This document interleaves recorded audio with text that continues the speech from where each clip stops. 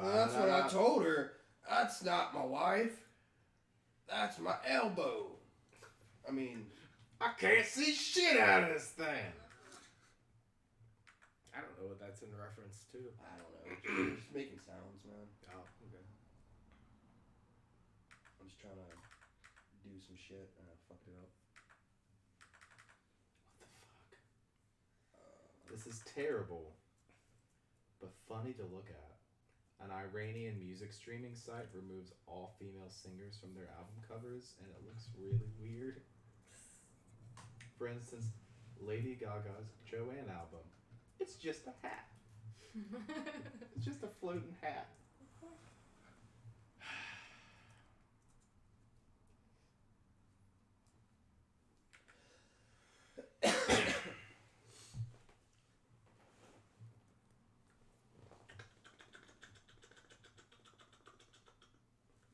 Hi. Hello. Hola. Are we live? Yeah. Oh shit. Okay. We've been live for like 25 minutes now. Have we really? Oh, fuck. Hi. I'm off screen. Don't worry about it.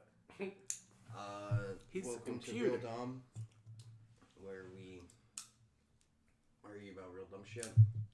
Today we're doing spooky TVs. Ignore the bullshit logos. It's a video game debate. I was lazy. I did not redo the graphics. I'm sorry. Today we have young Corey on the mic. Young Corey. I'm older than you. We got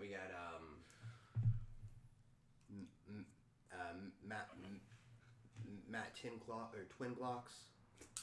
10 blocks. And Colin Too Cold, I guess, is your rap name. Just call me the fish. You're giving us rap names right now? I don't know what I'm doing right now, man. I slept for like 4 hours. On a couch with another person. Young Corey's fine. Like, I feel like in this day and age, I have to be like Lil Corey. Nah, young Corey, son. With a Young U. Corey. All With right. a U. Young Corey. I mean, shit. Young Jock was 29 when he dropped his first album under the name Young Jock. I'm 34. Okay, I'm just saying, like, Young. It's never too old to be young. I mean, would you prefer? Would you prefer to be young Corey with a question mark after young? Possibly young Corey. Alright, today we're talking about spooky movies as well as deciding these guys' rap names. Give us some comments on the rap names, actually. That'd be great. Yeah. That would be really funny. Vote below for best rap name. So Beverage, come up with our rap names, and that chick that with green hair that comment sometimes. Anybody else? Any other viewers? All right, hurry before he starts insulting our viewers. Let's go. So the first question we have on the docket today is,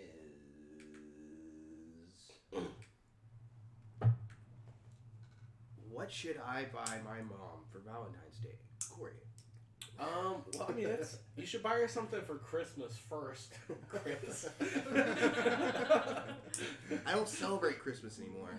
I Okay. celebrate Malcolm Xmas. Thank you very much. Still. All right. So the first question actually is, what is the best Halloween party on a TV show?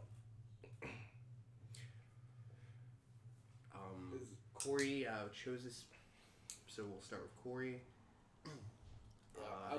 And go. I'll kind of explain my answer a little bit because I picked it early in the morning and misread it. I thought it was best Halloween party episode of a TV show, not necessarily the best party on an episode, but I still picked Always Sunny in Philadelphia, Who Got Sweet Dee Pregnant, which was a Halloween episode that they had in their bar. I went with Halloween Heist 3 from Brooklyn Nine-Nine. You want me to elaborate? It's whatever you want to do if you want. You got it in you, get it out. I went with Community Season 2's Halloween episode. So that is a Sweet D got knocked up. Yeah. That was a Brooklyn Nine-Nine. And a Community. All right. If you want to get into the meat and potatoes, boys, or should we say the tricks or the treats? Let's get to that sweet meat. Well, Community is just funnier than It's Always Sunny, so write that down. But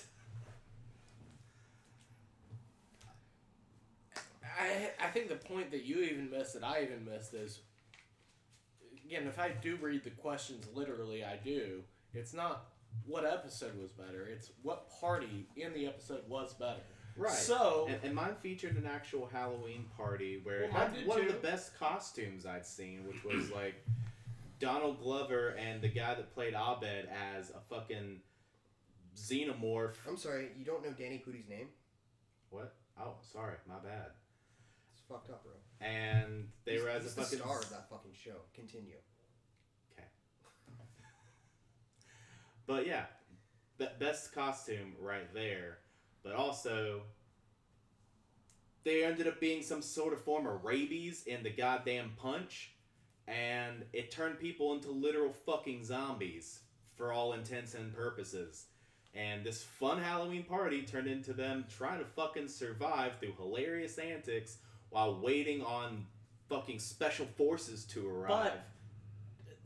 to the point, again, that I was trying to make, like, does that make it a good party? That sounds like a terrifying party. I don't think someone knocking up D of all people sounds like a fun party. But okay, if you weren't part of the group at that party, you if- had if to you be were- there, I guess. No, if you were an other person at the bar that these guys run, that they weren't bartending, you got free drinks all night, obviously. There was Well- nobody bartending. They were just filling it for themselves. Everybody else at that party, except for the 4 or so people involved in that party, Sweet D included, like their whole group thing, yeah, that was kind of... For them, for one thing, they were so drunk that they didn't care anyway, so they all had a good time until Sweet D brought it up months later when she was pregnant just to fuck with them. Everybody else at the party was having a great time. At an otherwise shitty bar. That's like the best party that bar has ever had, actually. I've never seen more people in that show, in that bar, except for that party. So Doesn't explain why, but it looked like a good party. I kept On the quiet show. for a little bit because I hadn't seen either of your shows. How so not? old episodes of the show. I'm just surprised. So I was letting you all talk to get a gist of what you were going for, and Now he's in for the strike. that doesn't sound the community one. It sounds terrifying, like Corey said. Like you're either a It's zombie, terrified on Like, it's not a Halloween. good party. you're either a zombie or you're running for your life, and you said yourself the bar's shitty. The only reason they've got people there were free drinks. I've been to plenty of places with free drinks that had good parties and good bars. It was a good So, party for This that living bar, room is what I would was probably Yeah. be a better example.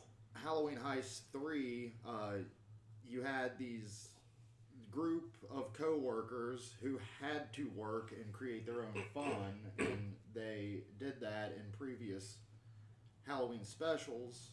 This is the 3rd year of Halloween Heist, where they're trying to steal their captain's award, like medal. Okay. Whoever gets it wins the Halloween Heist, which it's fun. It's got lots of character moments, lots of fucking funny comedy, and it seems like a good party. Granted, they're not getting boozed up because they're on the clock, but And they were supposed to be cops. well, they I are. assume it's Yeah, incompetent cops, though. No, they're competent. Yeah, I kind of assume that shit. No, like they're the main character is a jokester, but when he's like on the job, he is like a top cop. Andy Samberg. See, for the most part, like, it just sounds like a tame office party that It was does. so boring that they had to come up with a way to entertain themselves. Yeah. But if you're just a fly on the wall, like the instance that Corey brought up, you wouldn't be having any fun at all. You would just kind of be But you sitting wouldn't there. be Like, having. well, why is that one wearing a wig? Why is that one running that way? What do you need an ostrich for? And- Like, it's just. And also, what I hate about yours too, like not yours, yours sounds, because all of them in Community liked each other, so they wanted to have a Halloween party. But that Halloween party sounds shitty.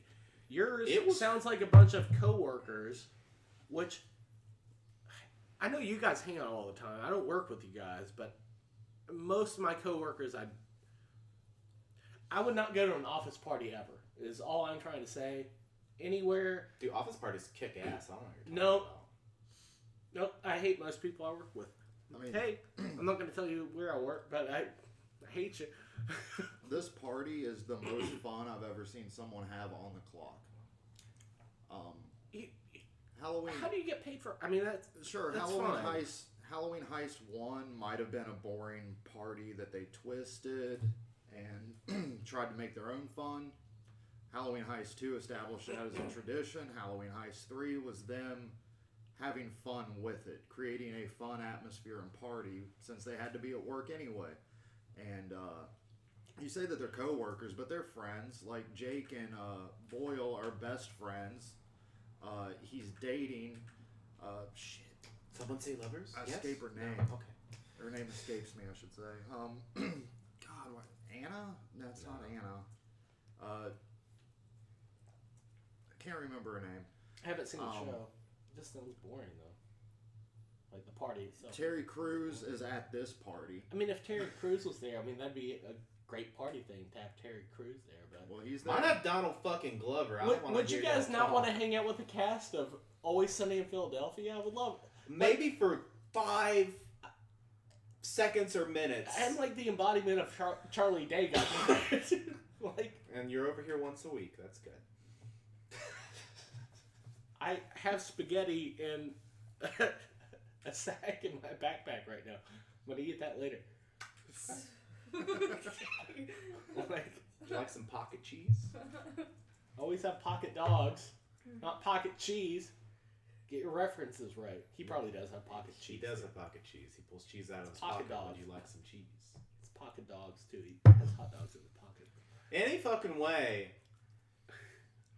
It sounds like a more fun and intuitive bonding experience, escaping what you think could be death, that ends up just being like a bad case of rabies that everyone ends up, being cured of and everything. But like, you can't get a haunted house that good.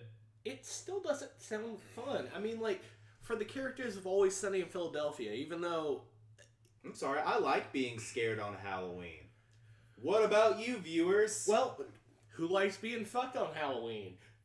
Apparently, some of them got laid on that episode. They only found out later that it may or may not have been their sister. yeah, getting Or- pregnant with your sister doesn't sound like a fun time. They on didn't know that Halloween. at the time, so they had fun at the party. Uh-huh. It didn't turn out to be her. Uh-huh. I'm just saying. Wait, what? You haven't seen this episode? That's No. what, yeah. Alright, I'll give you a rundown. of it. Okay, so Sweet D shows up to the bar. I'll give the rundown. Sweet D shows up to the bar. She's already pregnant. And, like, the guys, Dan DeVito, Charlie, her brother, and Mac are doing some dumb shit. And just to fuck with them, she says, oh, yeah, remember the Halloween party we had 9 months ago? One of you got me pregnant. So that's what they're figuring out the entire episode, which makes it funny because they have to go through each person's experience with that party. So it's like a vignette kind of episode too, where it's like a different story. It's the same story told a different way of how drunk they were, and that's what's hilarious about it too. Is like how the actors do the same thing, but from the other actors' and you know how like crazy all those people are in that show anyway. So like in Max, he's like super ripped and his costume looks like awesome. And then like Charlie's, he's kind of the same way. Like his costume looks great, but in the juxtaposed stories, like Charlie's just wasted, like throwing up on himself throughout most of the part. Like I mean, So, there's no real conclusion to there is. They but, make a conclusion like, it's different people's perspectives of the of same who got party. of the So same there's party. no way to tell how fun the party actually was. Well, except everybody in the background that the party was actually happening in their bar, which they were all having a good time the entire time, except for that one chick that got punched in the face by Matt. And also, Matt, you say your party's fun, but for the most part, it just seems like a bunch of people that are just trying to be overly competitive and lying to each other's faces just to have bragging rights for a year. But Matt's just Aren't sounds actually kind having of boring. fun time. Max just sounds kind of boring, and Colin, yours just I don't want to get like sick at a party. I mean, I think it's fun if you're not, a fucking wuss. I don't know how you can swing that. Like I don't want to turn into a potential zombie rabies thing, and yours just sounds like a boring office party. Fucking special forces show up and you get Sorry. better at the end of the night. Put on your big boy So pants and hit some mine people in the head. Pretty much So- with the Halloween heist, it's people trying to steal. It starts with Jake trying to steal the medal to prove that he is a competent detective to Captain Holt, because he is a jokester and stuff, and he has like the most captures on the force, but most arrests on the force, but you wouldn't know that if you just met him on the street. Okay. And Captain Holt is, losing respect for him, so he wants to steal the medal.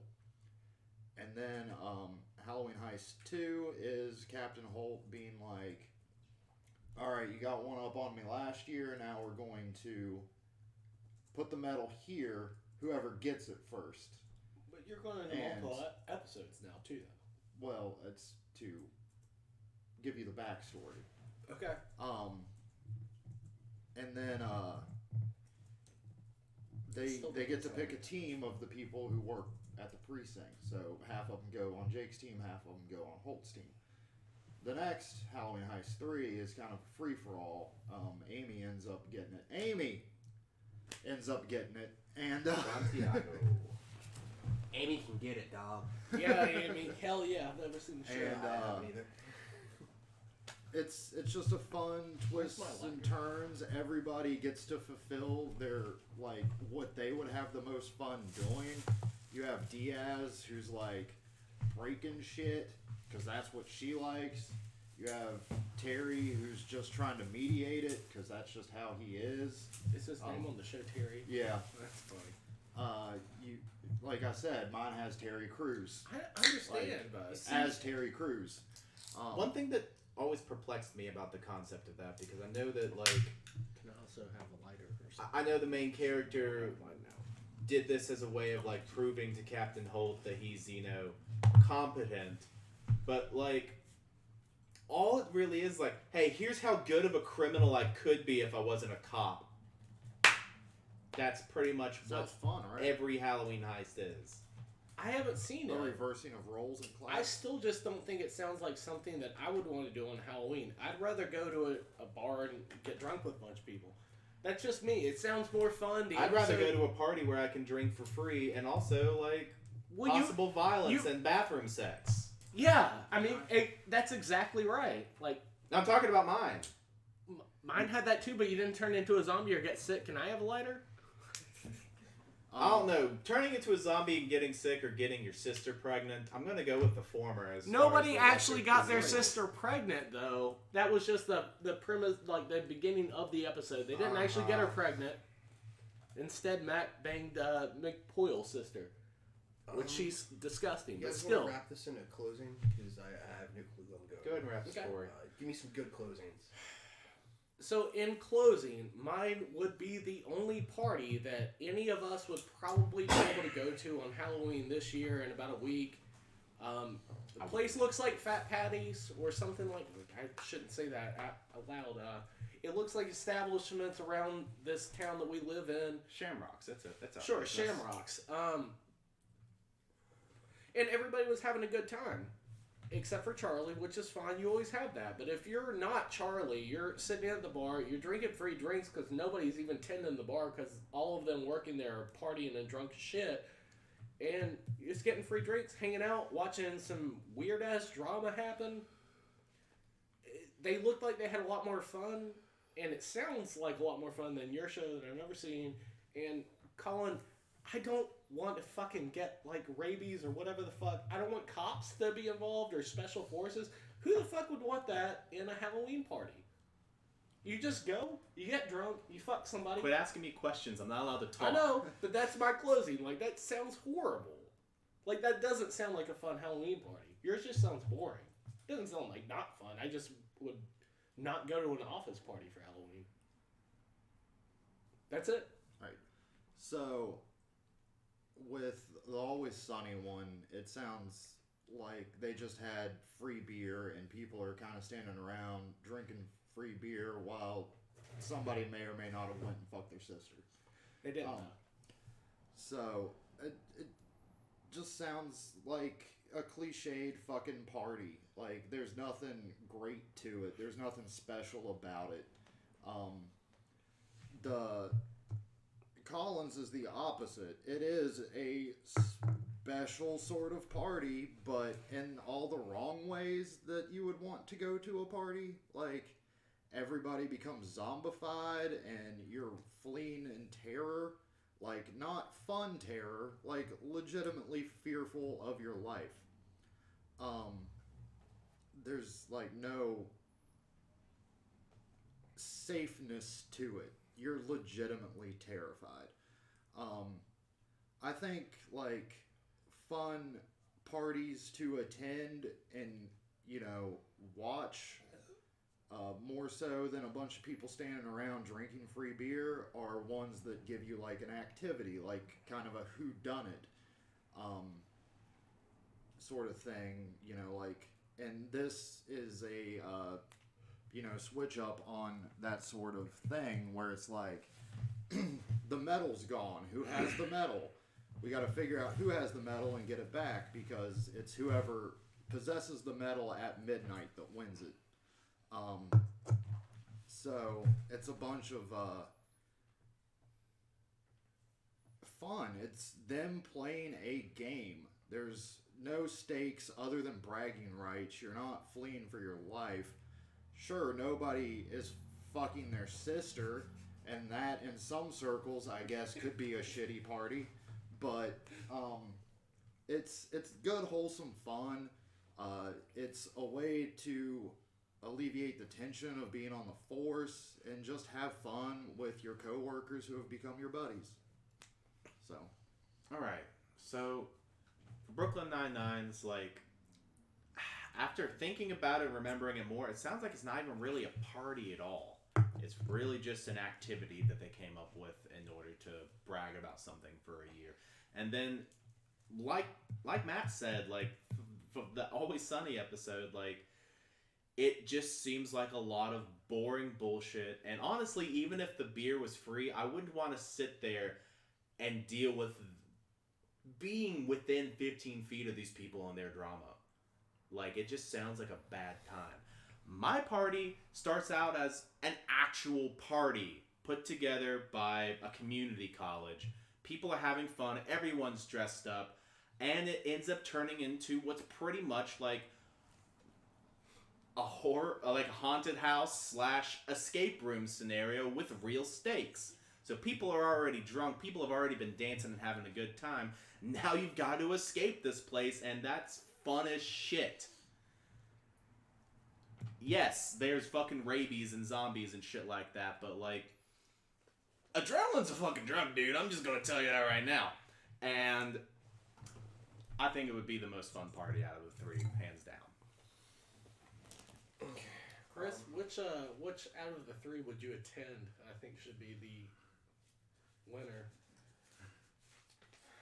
Well, now you're trying to bias it to yourself, boy.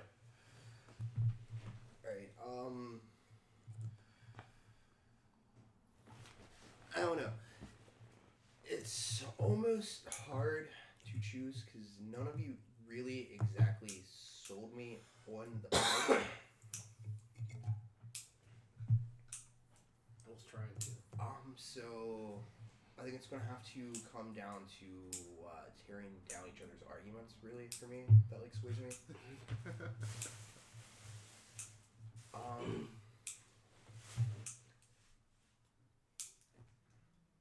Matt's, it was a last minute thing, but Colin mentioned last minute that like yours doesn't really sound like a party, more of a group activity. But I do like the things you said about it being fun, and it's pretty much a way for them, because they're actively on the clock still. It's them alleviating tension of just their day to day fucking, like, they're pleased they have a tough job. It's just them trying to like cut back, let loose, and do something with their coworkers, which I feel like could be considered a party.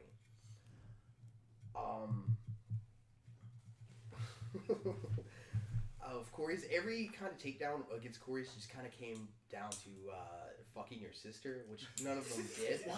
Yeah, they didn't. They didn't. And the big takedown against the community one, which have either of you actually seen that episode? Yeah, I've seen that, but Right. I'm super familiar with that episode, so I could have fucked that all to hell. Just throwing that out there. There are a lot of things that could have been said about that I episode. wish I would have known so I that could've nobody like rewatched it. mentioned that like would have been way more detrimental. Never saw it. But the main thing that kept coming up was like who wants to be like chased by like zombies at like a Halloween party.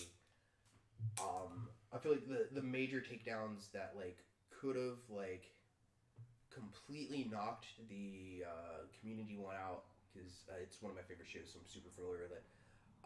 The fact that the music for the party is a mixture, which adds to the comedic element of the episode. It's the Dean's iPod Shuffle playing ABBA's greatest hits and his voice memos. So like it's a really tense like scene of them being backed in a corner playing like Dancing Queen, and then it just cuts off mid song and it's like buy milk. Like I don't know, it's kind of funny. Never saw that one either. But like I feel like It is funny. You should watch. that could have been like a good like they just listen to ABBA all night. Like that could have been a fucking detriment to that. One fact I do have about that, it wasn't the punch, it was the fucking taco meat. The Dean bought taco meat from a secondhand like fucking military surplus store. None of them pointed out that fact. Yeah. I haven't watched it in a while. Never saw it. I haven't seen yours either. So. I don't know. I feel like the main teardowns against the It's Always Sunny was the fucking fucking somebody's sister, which I mean, who doesn't want to fuck somebody's sister? Even if it's your own sister. I mean, No. Sweet Pea's pretty hot. I but think like so. it was that, and like it just sounds like people standing around at a bar, which I mean that's every Halloween party for the most part. In reality, is just like people standing around. Really, it comes down to me between like the Brooklyn Nine-Nine and the It's Always Sunny party. I really like the way you sold the Brooklyn Nine-Nine party as like it's like it's just for bragging rights. It's a way for them to like just get rid of tension. But like I'm not familiar with the episode, so like I have nothing to go off of.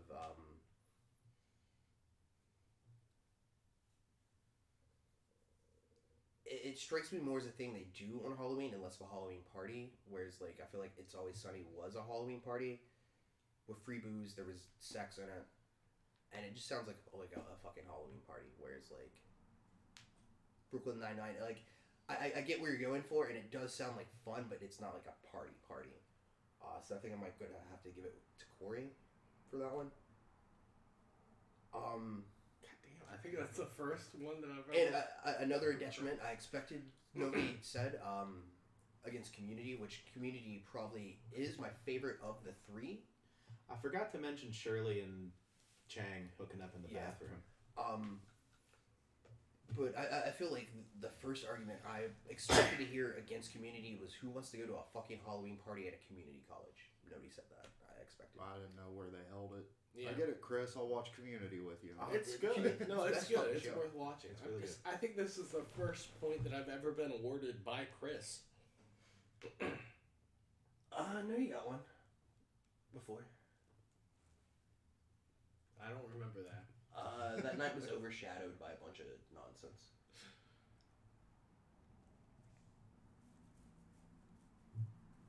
so far away. So right now the score is 1-0 to zeros. I Beveridge usually only. also said Brooklyn Nine-Nine was a good answer. Who did? Beveridge. I usually only get 1 point. The first round, and then it goes downhill. So we'll see how this thing goes. Pace yourself. I'm trying. Moving on to question 2. What non-Halloween show is the scariest TV show? For this, I wanted a show that isn't focused around Halloween. It's just a scary TV show. So what's pretty much the scariest TV show that has nothing to do with Halloween, but it is spooky as fuck? I don't remember who picked this one. Me. Matt? Okay. So we'll start with Matt. With what is, hands down, I think, maybe the only scary TV show, The Haunting of Hill House. Fucking Stranger Things. Black Mirror. At least until the previous season. Are these all Netflix originals? I think. Thanks, Netflix. No, Sponsor us. Black Mirror wasn't. It was originally on BBC. And then But Netflix bought after it up. season 1, Yeah. Netflix bought it. They So it was Black Mirror, and then Colin, what'd you say? Stranger Things. I don't know. I think that's scary. Stranger Things isn't scary. It's not. It's more of It's like great. an adventure. It's like watching Back to the Future. I don't know what you're I don't talking know about. how you can be scared when you have an omnipotent being protecting you the whole way. Protecting? And there's not like it's a throwback show. 11? Yeah. She's not omnipotent. I mean, Kinda. She's getting there.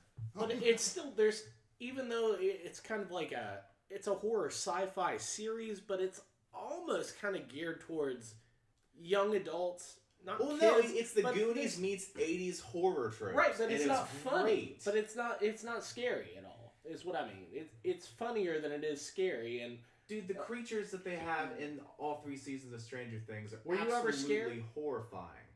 Yes, especially during the couple of jump scares they had in just about Yeah. every episode. I mean, they put the tropes in there from horror movies to give a throwback to horror movies from the time period that they're trying to recreate. Like the show itself is not scary itself.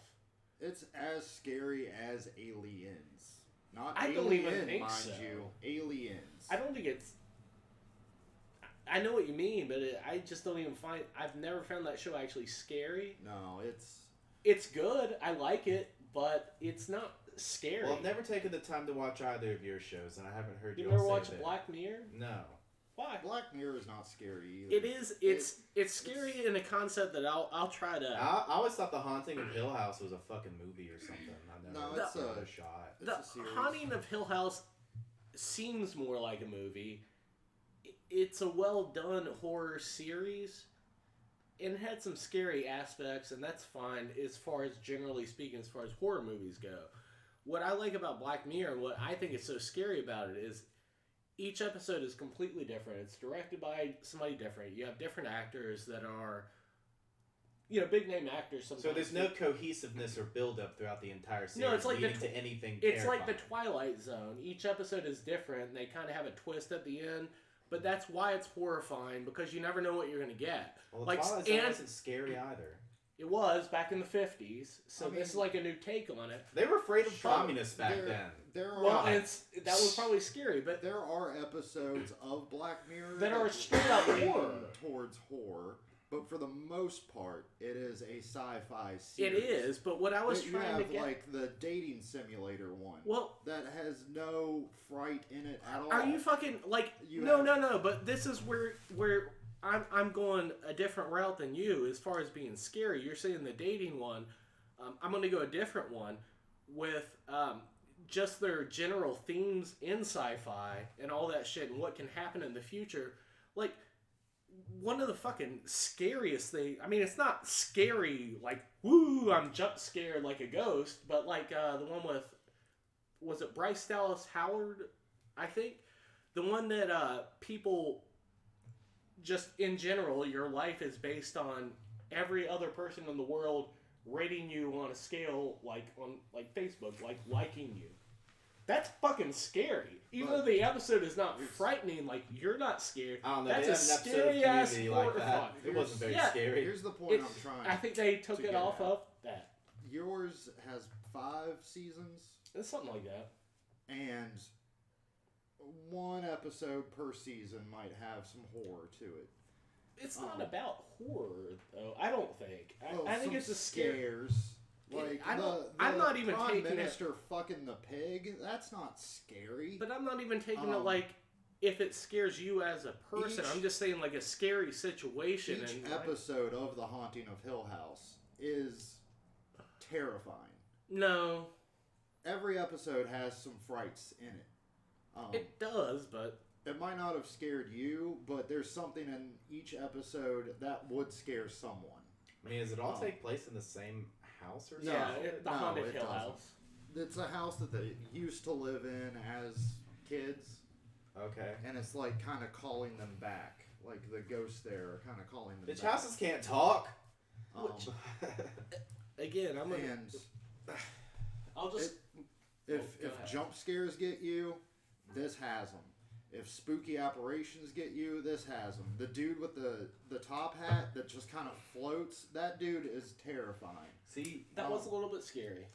you're just Colin, what did you pick again? I picked Stranger Things, but it Oh, sounds yeah, like it's not from what I've scary heard, at it all. sounds like The Haunting on Hill House is just like it's like they took a cookie cutter horror movie and then made it into a series simply for the sake of being a cookie cutter horror movie. Made They into a did. series. It's kind of like watching the 10 episodes of The Babadook or something. yeah, or like fuck the Babadook. or like the 15th knockoff of like Annabelle. fucking Annabelle or like The Haunting of Emily Rose or Yeah, whatever. I Exorcism kind of and thought it Emily was. Rose, and yeah. that's completely different. They are completely different, but I agree with that. I think it is just a I mean, horror trope show that they made to. I know they're gonna have a second season. I like the first season. Don't get me The, wrong. But, Stranger Things was just an all-around better show, it seems, than both of your shows. it was, but that wasn't the can't- question. you can't pick Stranger Things and knock on a show for using horror tropes because your show is It's just tropes. tropes. It's lit. They should have cut it Stranger Tropes.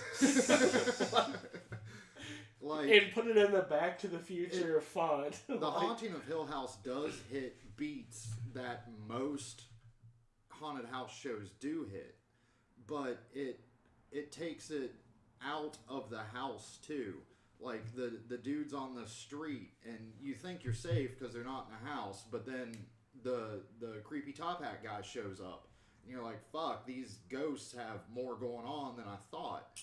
And the oldest sibling is in her house, and she starts hearing like the creaking outside, like the doorbell goes off, and then it sounds like somebody's like clawing on the window, and then the house starts fucking shaking, and the only way to get rid of it is to go back to the house. Characters die, like it's not everyone in the family is safe. Like by the end of it, half of them are dead. Characters have been Um, dying in Stranger Things since season 1. But not the core group. They're yeah, not and, gonna and kill some the of them are core probably even group. going to come back. They say in the third one. It's already the third one's already out, and honestly, It's mine. not Even fourth fourth one. one. I'm sorry, Yeah. fourth one. Like I'm just saying, mine has had terrifying build-up over the course of Oh. 3 seasons. Like first, it was just like, oh, it was the Demogorgon, and that seems scary, but it was just one fucking thing. Then it turns out there's an entire fucking but there was just bigger thing nothing controlling and pulling the scary string. about it at pulling all. the Though it was strings. very entertaining because I'm like, I love the '80s stuff that we grew up on, and like when they go to Back to the Future, I'm like, yeah, so like I'm laughing and they're having fun while Yeah. they're doing this. Right, shit. but There's more fun. Imagine the concept There's of nothing funny about any episode. There are, I think, no jokes at all in any episode of Black Mirror that I've ever seen. Really, comedy and most horror of- play hand in hand. That's all I'm saying, my most man. of them are pretty just fucked up, bleak outlook on the technology or That just whatever. sounds like it's not fun to watch. I wouldn't It's watch not, that. and that's I mean- why it's fucking horrifying. That's what I'm trying to get at. It's Is fucked up and it's bleak, but it's not scary. it is scary if you would put yourself in a position that you would think that this might actually happen. It's Whereas your Scary show, finding like, out that your like, older brother's you're- becoming a pretty much local serial killer and he's being possessed by some well, otherworldly okay, entity. so for and he's killing people just to turn them into more spawns Or- of the same his shit. name's Billy and he has a mullet, so it's not really scary. but with your show too, though, Mullet's gonna be scary. with your show too, like I would almost want to be one of those kids. Like they look like they have a lot of fun fighting true. the Demogorgon. Oh yeah, I would love to be just like locked You up play like D&D all the time. I would love to just be like locked up like a mile underground, being tortured by Russians and given experimental. I didn't say I LSD. wanted to be 11. I said I wanted to be one of her friends. I'm not talking about 11. I'm talking about the kids. I'm Kids just- that happened to the kids in the movie and in the third season. I'm just saying, there's nothing.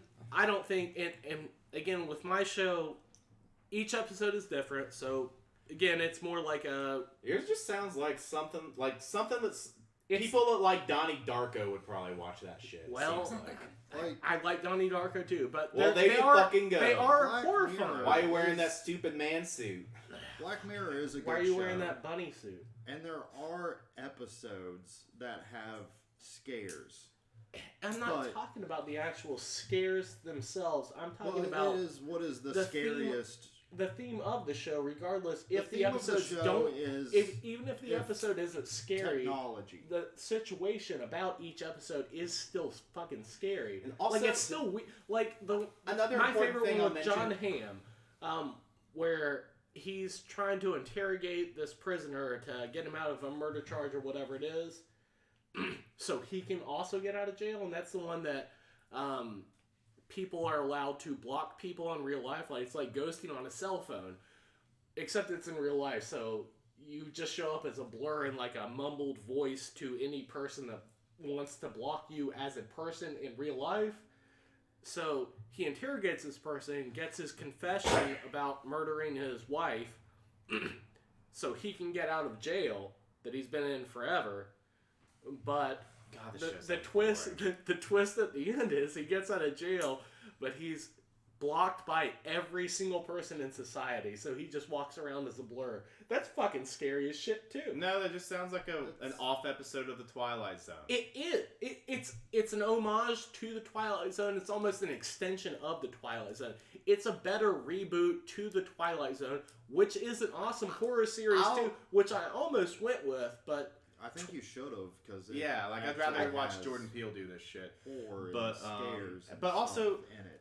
But An I important think it thing was- I want to bring up. I think it was and better. This is on The Haunting of Hill House. Like, going into it, it sounds like this is a horror show about ghosts and creepy shit, and it's going to be nothing but horror the whole time. You're already primed. You're already ready for, like, what would be a horror experience. So whenever the scares do come, it really doesn't hit you as hard. Where mine has a light tone, a fun, colorful 80s atmosphere, and then fucking terrifying shit comes out of nowhere. there's nothing terrifying. I'm about it. trying to be extremely unbiased about that, but you've mentioned multiple times that you haven't seen that show, so I'm gonna have to slightly disregard that statement a little bit. Sorry. Okay. Like, Haunting Hill House too, though. I think it was more of a drama than horror or anything. there's drama there. There's drama, and just to with the propel family, it it's like forward, right. but You like you feel have- for the family. I It's just just feel like like I'd rather I watch felt Poltergeist emotional than about your- it when than I your watched show. it, but not. I wasn't horrified. I wasn't scared. How close to closing are you guys? I can go. We can do it. The Haunting of Hill House is a resurgence. It came about in the resurgence of horror TV. Like, American Horror Story kicked it off. Haunting of Hill House perfected Sucks. it. It's going to be an anthology series too. I'm only talking about the first season because it's the only one that exists. But it goes off of a book called The Haunting of Hill House, and it changes it in ways, all the right ways, to make it a compelling TV show. And it leaves in all the fucking terror. You're watching these kids be like, they think they're being like tortured by these apparitions in their house, but they're not. It turns out that they're not really malevolent, but you don't know that when you're watching it. You are terrified for these kids, and then them as adults, when they have to go back, you really feel for them when their sister dies. With Black Mirror, like I've said, sure, it has some shit that is scary. You'll get 1 or 2 episodes a season that border onto horror, and sure, some of them technology does take over in like a frightening way, but you have to like pick and choose the episodes. If you turn on a random episode of Black Mirror, there's a 50-50 chance that you're going to either just feel bad or actually have some fright. With Haunting of Hill House, you could turn on any episode and be like, that's a creepy fucking ghost. That's a brutal jump scare. The way they shot that is fantastic. Any episode. With Stranger Things, it's Spielberg. It's very Spielbergian, and nothing about Spielberg is scary. That was a scary T-Rex, I tell you what. It has The shark. At one time. It has the most rudimentary jump scares to it. The creature designs are more in the vein of like something a kid would come up with, and less so in like an actual like terrifying being. The Upside Down is a cool set, but nothing really ever happens there to like make you feel like they're in danger when they're there. They pretty much just crawl through a hole back into the real world. Nothing about Stranger Things is really scary to me. Nothing about Black Mirror is really scary to me.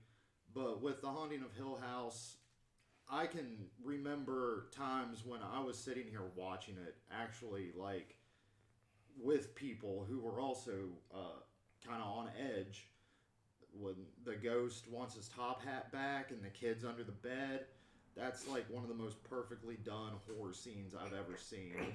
The jump scare when the two sisters are fighting in the car and then the ghost just kind of leans forward is the best jump scare I've ever seen in my life.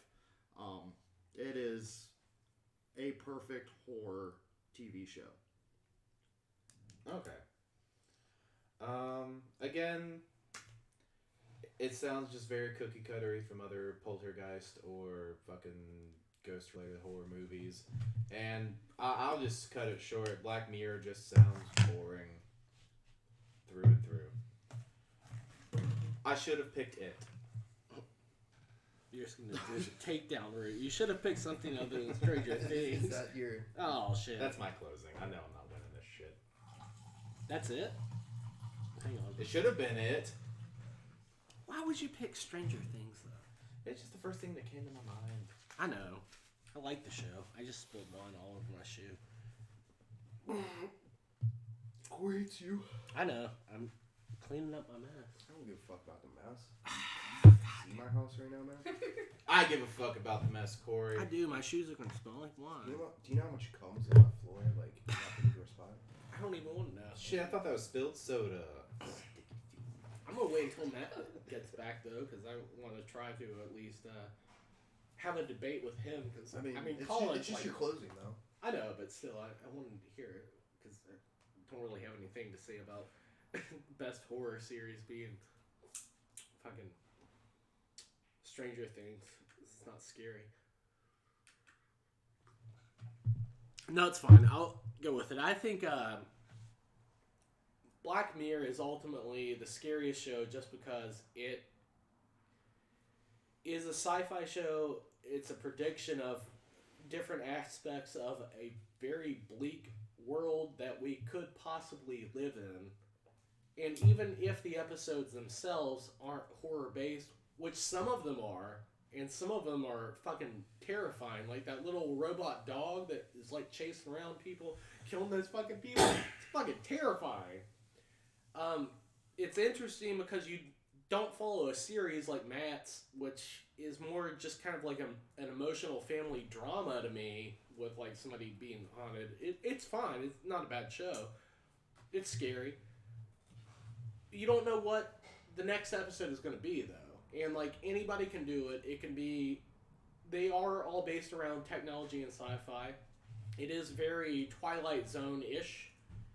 And it's kind of a throwback to Twilight Zone, but they did it in a good way. But I don't know what's scarier than... I think I'd rather live in a house with ghosts than, like, some of those fucking episodes of Black Mirror and just having, like, life is meaningless. Like, and that's what most of the episodes make you feel like at the end of them. Like you were saying, yeah, it sounds boring, it sounds bad, blah, blah, blah. That's great. And it kind of does, though. But that show just makes, like, I've watched some of those episodes and just been like, I can't even watch another one. Like, I feel like I'm going to kill myself right now. Because that episode was so good about making life feel so bleak, and that's fucking scary. Because they do bring up some things as far as like social media a lot, that sort of thing that is kind of scary anyway, just depending on what it is. And it's like at the end of the day, it's like you watch an episode about some shit like that and you're just like, I don't feel good anymore. Like I don't want to live in a world that's like this anymore, and that's what it brings you out. That's what is scarier than jump scares and like ghost scares and like just having a creepy movie kind of.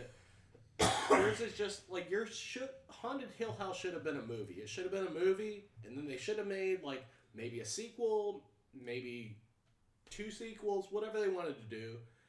It shouldn't have been a series. It was too long. There were some episodes in that like nothing fucking happened. And Collins is not scary at all. It's a great show that I laugh at, and I love that show. I want to watch Stranger Things as much as I want to watch Back to the Future. Haunted Hill House, I'll probably watch the 2nd season, but I'll watch it here and there. It's also kind of predictable. Like, you kind of know where it was going. Whereas with my show, you can watch Black Mirror, literally, since it is like an anthology kind of thing like that. You can just watch any episode you want. They don't have anything to do with each other. So you can just put it on there and just watch it. And they're all they're fucking scary. Yours, you're not going to put in like the first season of Haunted Hill House and put on episode 5. You won't know what the fuck's going on. It's like a long drama. That's just it. I think mine, if you want to tune into a horrifying show, watch any fucking episode except that with that one with Miley Cyrus in it. Just put in any episode of like the first 2 seasons of Black Mirror, and regardless of jump scares or horror content, they're all a fucking scary idea or theme. As a person, just being alive.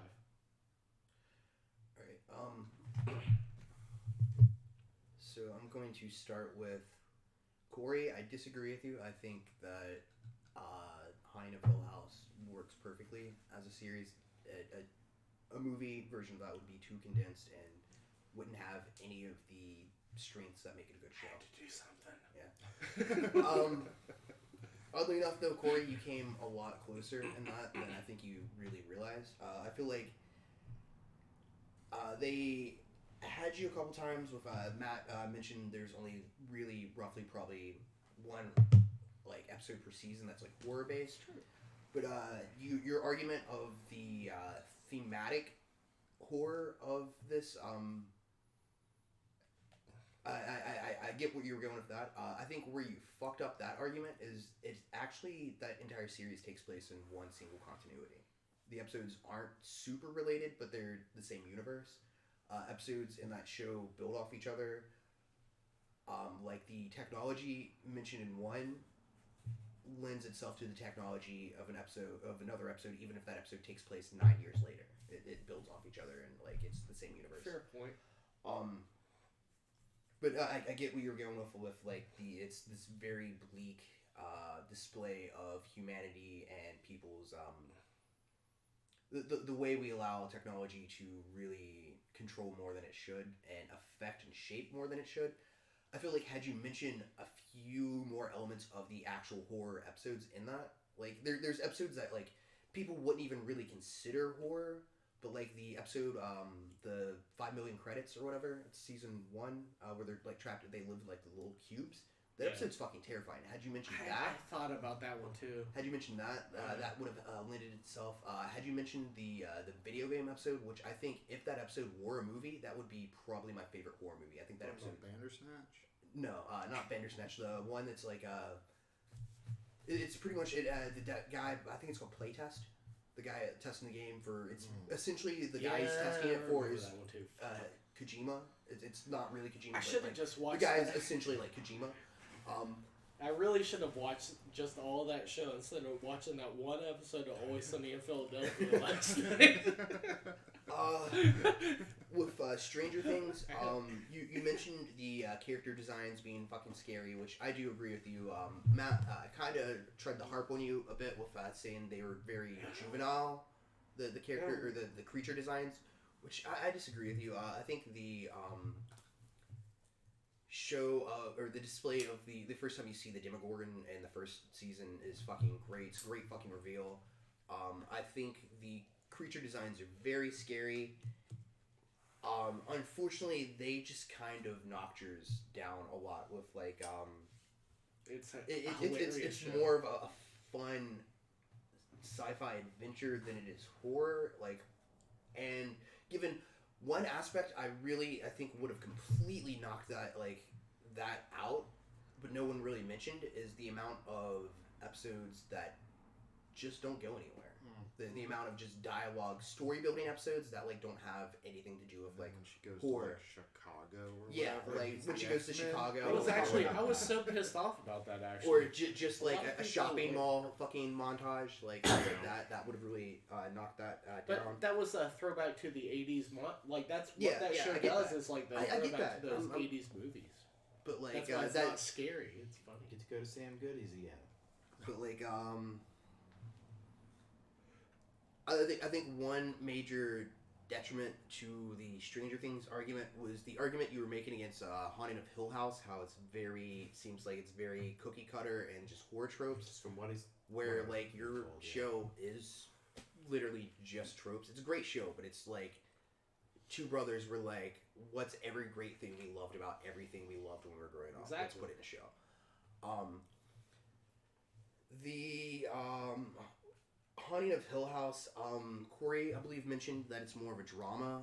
I feel like the drama aspects of that show and the family dynamic is partially what lends itself to the horror of the show.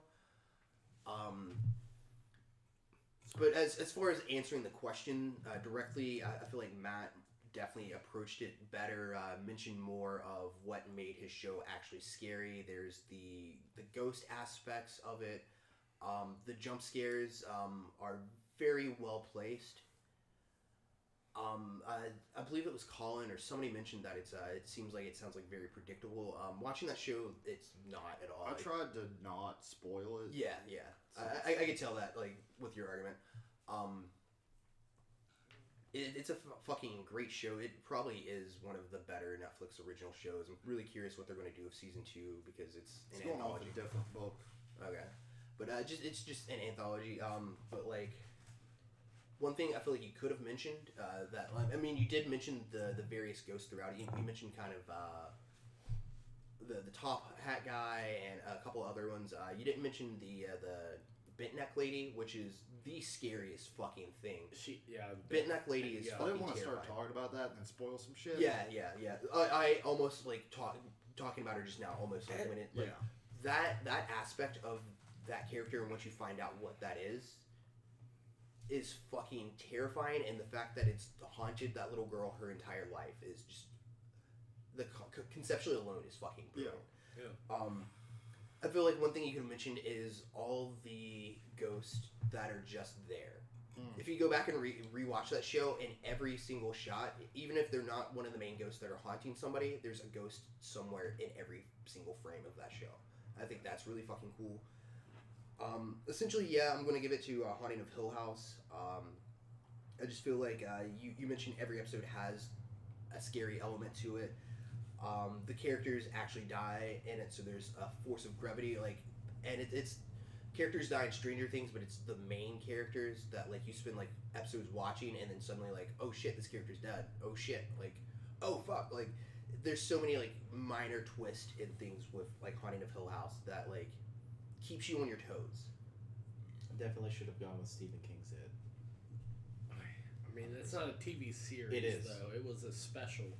It was a miniseries. It was a miniseries. Oh, series. okay. My answer for that question, because that was scariest non-Halloween show, Yeah. I would have gone with fucking X-Files. I thought about actually Yeah. going with Twilight I just Zone. don't remember being scared watching X-Files.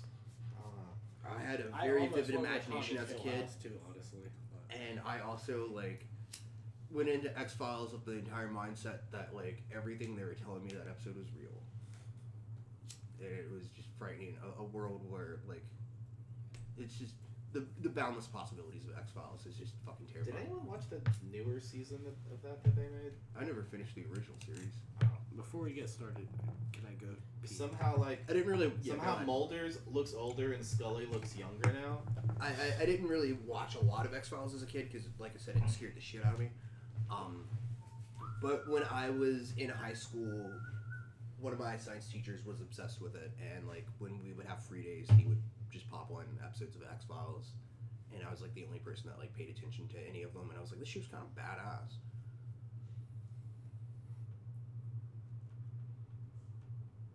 So I gotta get either this point or the blind. I think I'm screwed on the costume one.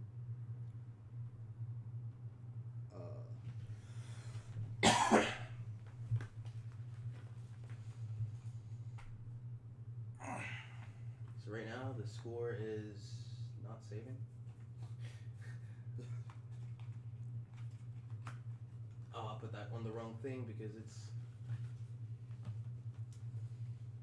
on the wrong thing. That should be a 0. Is there any other social shit while Corey's taking a whiz? Nope. No. We had like 4 viewers at one point. We have 3 at the moment. Woo! Nobody's Famous. saying nothing. I guess I'll use this opportunity to check Pokemon Go. Right? Yeah, I've been checking out frequently. There's a raid that I really want to get, but it's at Darkrai? 7:01. What? Darkrai? It's at the Huntington Art Museum. I don't know Oh. what it is. That's too far. No, it's Alright, not. so moving on to question 3. Question 3 was Or not at the... similar question. Also touches on what I was just talking about a moment ago with X-Files scaring the shit out of me as a kid. What episode of a TV show gave you nightmares as a child and still kind of bothers you to this day? Powerpuff Girls Abracadabra. Are you just announcing it, or do you Yes. want to give a little... Okay. I'll go into it after. Corey. This was another one that I apparently misread the question. It is one single episode. It's the only episode that I remember of. And I'll probably get my facts wrong too because I was really little. It was that episode of Tales from the Crypt that I believe had Danny DeVito in it, and it had a gorilla that like ate people, and it horrified me. I had no idea which episode that was. I went with Unsolved Mysteries Season 9, Episode 14, because of the spontaneous human combustion segment. R.I.P.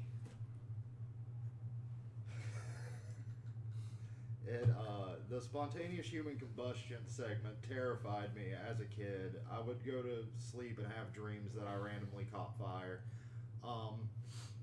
And then there's also the aspect of you could just be having a conversation with your mom and she just bursts into flames before your eyes. And it was horrifying. Now no one can ground me. See, mine was like with my growing up and only having like 5 channels on TV, there wasn't a lot of horror. You had like some of those movies like Alien or Terminator or some shit like that. That sounds like you were an HBO kid. Yeah. No, but this is what happened. No, it's like when we went on vacation, we had HBO, and Tales from the Crypt was on HBO. And there was this episode that I don't know if Mom and Dad wanted to watch it because it had Danny DeVito, and I could be completely wrong because I think Tales from the Crypt, I believe, they were like half-hour shows, like 45-minute shows, and I think they had like 2 stories in each. But I remember this, us watching this when we were on vacation, and seeing like graphic violence for the first time in horror. Like we used to watch it as kids. We watched like action movies, but Mom and Dad were never into like horror movies at all. So I never even saw like any of the Friday. I've never even seen a Halloween movie. I don't think like Friday the 13th, any of those other ones. We never got to see those as kids. But then putting it on this shit on HBO that had like titties and stuff too, and then like really graphic violence, I was just like fucking horrified. Like it, Scary titties. And I know this show was. I mean, it's kind of. Yeah, that's her. She was on that show, I think, back, which was kid. It's kind of another one of those shows that was a throwback, absolutely, to Twilight Zone. But I didn't get that as a kid. I just saw like some gorilla eating some fucking person. It might have been David DeVito. I don't know. Now imagine watching that with your mom and she catches fire. Well, I think I watched it with Mom. I don't know though. I don't know if me and Wes, my brother, just got up late at night and put it on HBO because we didn't have HBO at the house. I just remember watching that and just being like, "Fuck." We see. Look, I didn't really understand that spontaneous human combustion is like a myth at the time. I thought it would be hilarious if you just spontaneously combust right now, though. Kind of, but I'd feel We get more bad. viewers. I feel that Like- because we can show it. It's like now we can prove that this does exist. I thought it was a real thing, All right. and And like you were actually horrified of it? there was no internet for me to like look up spontaneous human combustion debunked and Right. shit. It was just a thing on a shit. It's like this guy's wanted by the FBI. These people were murdered. People explode mid-conversation. But see, There's one thing about both of your shows, though. what Both was your- yours again, though? Both of your shows were meant for adults, and Oh, yours was Powerpuff. you go into it thinking like, this is going to be a scary show. You go into it guarded and ready. You're ready for I some didn't go scary into shit it to seeing happen. anything. It was just on the TV. But didn't that's just wanna how your watch it. psyche works. Whenever you sit down to watch something scary, you get prepared to be scared. Your body's ready for it. I wasn't. Though. Now, Powerpuff Girls was a fun, colorful, great cartoon on Cartoon Network. And throughout its entire run, it's like, oh yeah, they beat up this bad guy, superheroes. Fuck yeah. And then there was this one fucking episode where there's a magician who is attempting the sawing in half trick. And you think, oh, I wonder what kind of kooky shit we'll get up to this time. He literally gets sawed in half and comes back as a fucking lich. And his Blossom looks like the girl that caused the accident, so he's trying to saw this child in half. Through not through any kind of colorful magic or lasers or anything like that, like just using an actual fucking saw to murder this child. And That whenever gave you nightmares? whenever you're going into a fucking kids show every fucking Saturday morning, just like ready to watch through this stuff, have a fun time, and then it's just like, that hit me the wrong way. That Your Fuck. show It just- had him in it, who is the devil, Mhm. and they touch on fucked up themes with that character all the time. oh, absolutely, but they never tried So- to just flat out, gruesomely, realistically murder a child. I just really had a There- hard time with this question in general. Again, because of the limited TV that I had when I grew up, I thought about saying something like Rescue 911 or fucking Unsolved Mysteries, something like that would give me nightmares. But really, it was like Tales from the Crypt was one of the first things that I ever saw that was even in the horror genre. So that's why it was scary, because I was kept out of that for so long. Like, again, violence wasn't even a big thing. We used to watch, like, Steven Seagal movies, and some of those were extremely graphic. Like, I mean, I watched people get shot in the face and whatever else. That wasn't a big deal. But when you see, like, the scary horror stuff for, like, the first time when you're, like, 9 or 10, and that was the episode that I remember the most. I don't know what it's called, but that was a show, because it's like we never had this at home. We put it on there, and that fucking freaked me the fuck out. I feel like mine is more bothersome and nightmare How is it inducing, even scary, considering though? that it's not even a horror show. This is a children's sounds cartoon funny, though. for children, for 5 to 10-year-olds. So are all the Simpsons Treehouse of All right, Terrors. you shouldn't have been watching the shit you were watching at that age. Plain and simple lesson learned. I was watching something it's like- completely age appropriate, and I almost The saw someone get Simpsons was? sawed in half. And no, it was not. It was that's very an adult age show. appropriate. No, it No. is not. You're It's not a even talking about The family show. Simpsons. Well, that's what I'm talking about in their Halloween or Treehouse. That's of not your Terror. argument, so my, shut up. my question It for is. everyone is, why do these things still bother you? Well, I still don't like the thought of being sawed in half. Okay. And honestly, it's just like the way that hit, just with no fucking premonitions, no going into it thinking I'm about to be scared. It's gonna be just like we're having a fun time, gruesome murder followed by the thing that was murdered wanting to murder you. Is this our closing? No, it was just No. a question. The reason- you all kind of explained the aspect of why it scared you as a child. I want to know why it still bothers you. The reason it's still scary to me, which, again, a childhood thing, not as an adult necessarily, but probably shortly after that, I was probably a few years older. Me and my dad and my brother went to the Columbus Zoo, and we were looking at the gorillas in their, like, glass enclosure.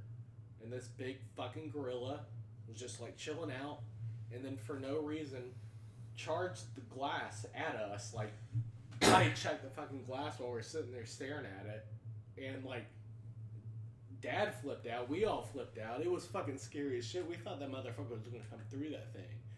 And to this day, I don't mind going to zoos, but I'm not gonna stand close to the fucking gorilla enclosure. It Ever. seems like Ever. you're more bothered to this day by a real life experience than the actual episode of this TV show. I think the episode of the TV show happened before that, and then that happened after. I'm like, I like gorillas. I like watching things about gorillas, but shit. No, I feel like if not you'd gonna have stay never close seen to this them. show and a gorilla fucking almost broke through the glass and murdered you in real life, Even if I feel like I'd still be a little uneasy you getting too close to gorillas. even if it happened in the opposite situation, fuck it. It's still a scary episode, and it still scared the shit out of me and gave me nightmares. I know, I'm just saying the episode isn't the main reason why you have a problem with it. These fucking Powerpuff Girls. So, though? like, I'll answer the question now. Okay. So I went 2 nights ago, or whatever, whenever, like, right before I sent you the answer, and I went to watch that show, watched the Tupac segment. R.I.P. Wait, what show? Unsolved Mysteries. Maybe. Oh, The segment okay. before That actual. the segment before it, he's mentioning it as Gotcha. Okay.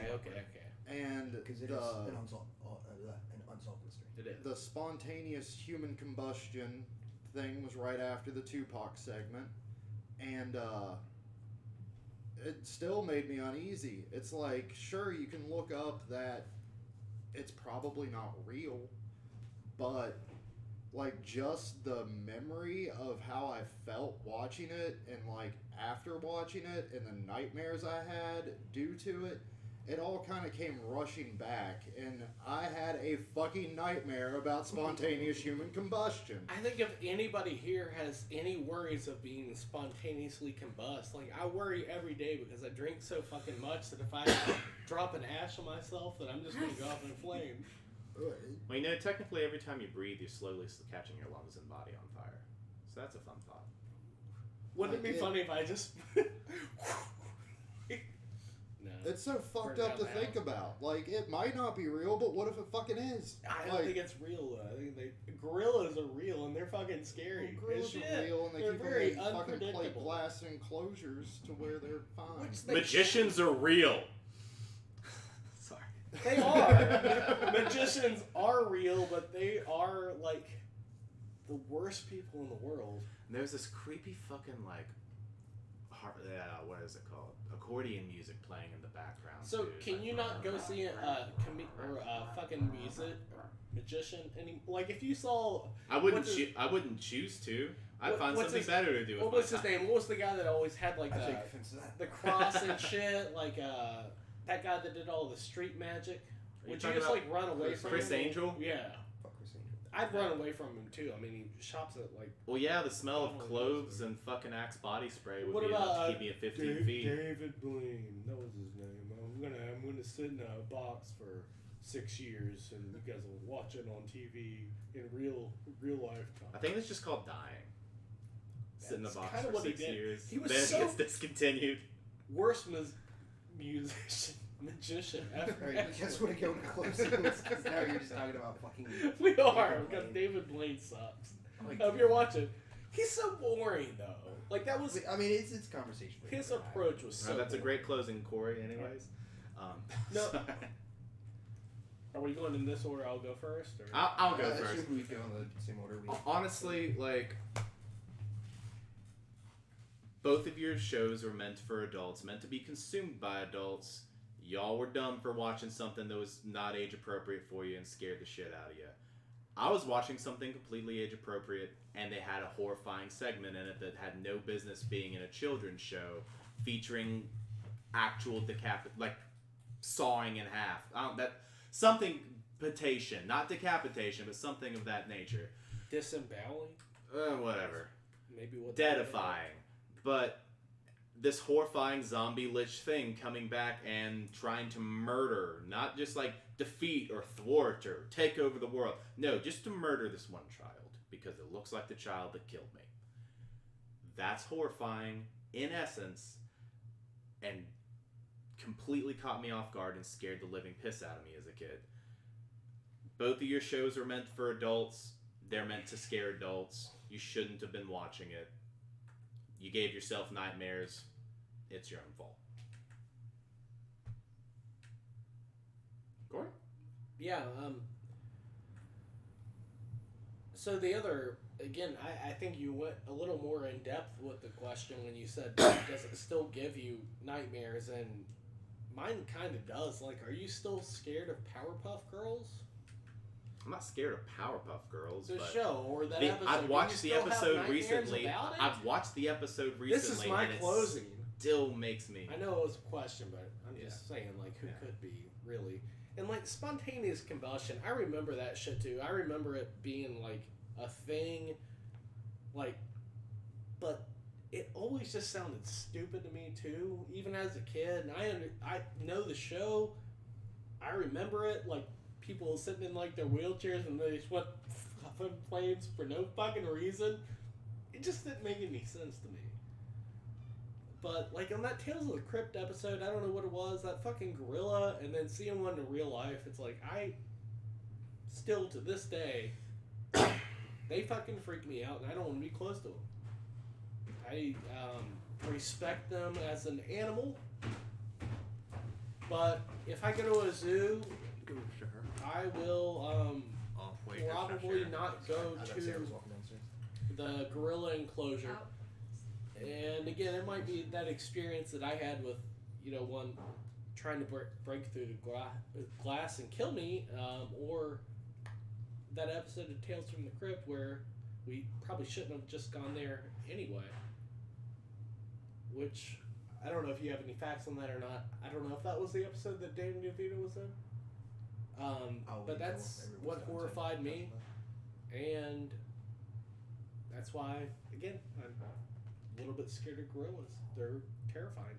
Neither one of your things sound that bad. Because spontaneous combustion is like just seems stupid even in the show. That's it. That's my closing. Sorry. Unsolved Mysteries came on at like 8, 9 o'clock. You only have one TV. Your mom likes Unsolved Mysteries. You make it sound like it came on at like 1 a.m. and like a kid would never be able to like sit down and see it. But it was like a lead up into like the news and shit. Like it, if you're up, you're gonna see it. And then just to make like, here's a real thing that happened. Here's spontaneous human combustion, which may or may not be a thing that happens. Here's like the FBI's most wanted list. Like, we're looking for these people. It, to a child, it makes it seem like it's a real thing. And even though at 34, I know it's probably not, the information given to me that I soaked in at a young age makes me still think it's a possibility. Like, Spontaneous and combustion. they don't just spontaneously combust. Like, 2 of the 3 people were getting like really angry and their blood pressure was going up and stuff. It wasn't like they were just standing there. But it's like, I get mad. Am I going to blow up when I get mad? My mom gets mad at me. Is she going to blow up? Like, Patrick got mad at that video game. Next time I'm playing a video game with Patrick, am I just going to be sitting next to a pile of ashes? I've seen you guys blow up before, but you've never actually burst into flames, and I don't think you're going to. And Sorry. that, like, it sticks. If you're so afraid of something at that age, it kind of carries into adulthood. It's not like a cartoon where you grow out of it, and it's not like something that you've just desensitized yourself to. It's like, sure, you can Google spontaneous human combustion debunks, and you'll get like pages, but then you'll get like Then your cat actual catches on fire. accounts of people who have spontaneously combusted, like actual accounts. But fuck, what if they are actual accounts? Like, it, I don't know, I'm getting heated. I want to calm down a moment.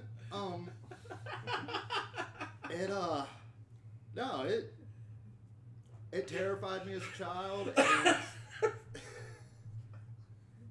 like, what if? Fucking what if? What? Alright, so start with Tales from the Crypt. I tried to figure out what episode you were talking about. I probably should have done this beforehand. I know, I should have. I assumed you would have a more solid idea. I of couldn't the find episode. it anywhere. As far as Can I borrow your go, lighter too? or I could find an episode with Danny DeVito was possibly about him marrying twins, but it also could have been somebody else. Or it could have been the movie Twins. No.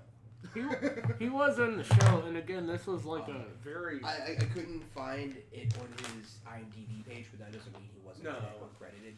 There were a lot of people back then that weren't on that show. But I did not see it on there, but I did see multiple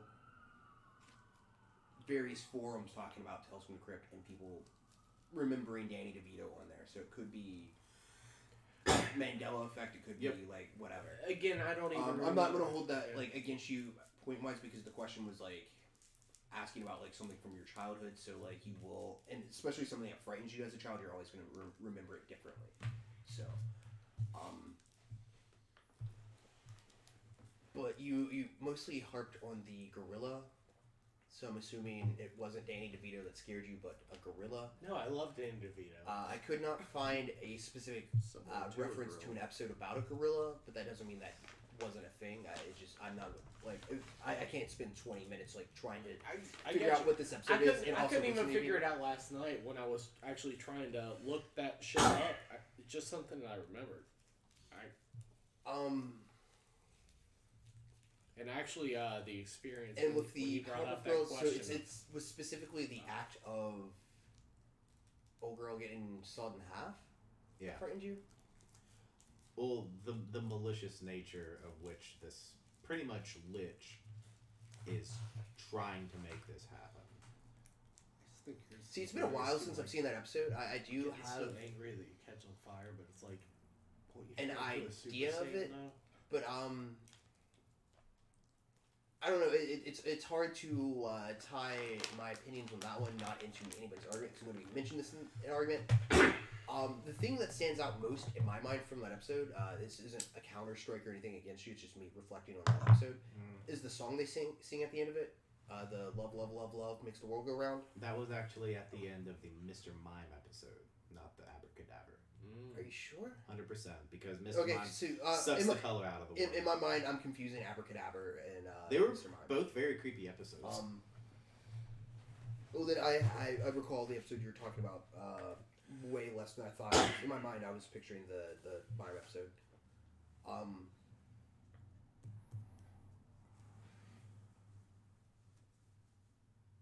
So do you actually have a fear of magicians or anything? No. I have a fear of being sawed in half.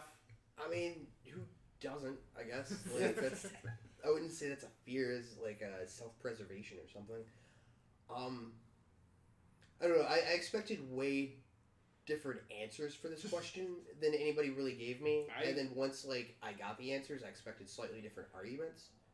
Again, this was another question I misread a little bit. I didn't know it was a specific episode, but I was going to say These series. questions were hard. I mean, They you were. you could have in theory argued it more as just the general show, but you unfortunately didn't choose to argue it that way either. You just talked about a gorilla.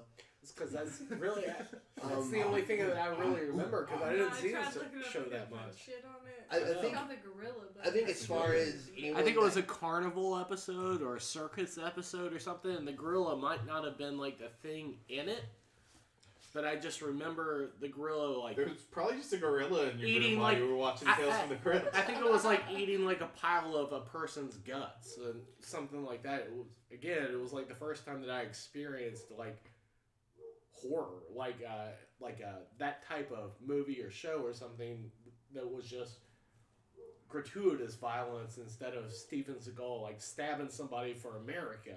Unfortunately, what I mean? though, the horror of it didn't resonate with you enough to vividly remember it. So I'm Yeah, gonna go no, ahead I understand. and knock that one out.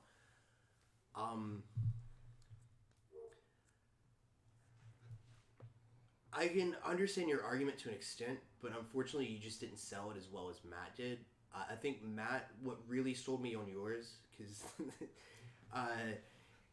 the concept alone is super fucking goofy. Like once you gave me that episode, I was like, how the fuck do you want to argue that? That's fucking like spontaneous human combustion. That's fucking.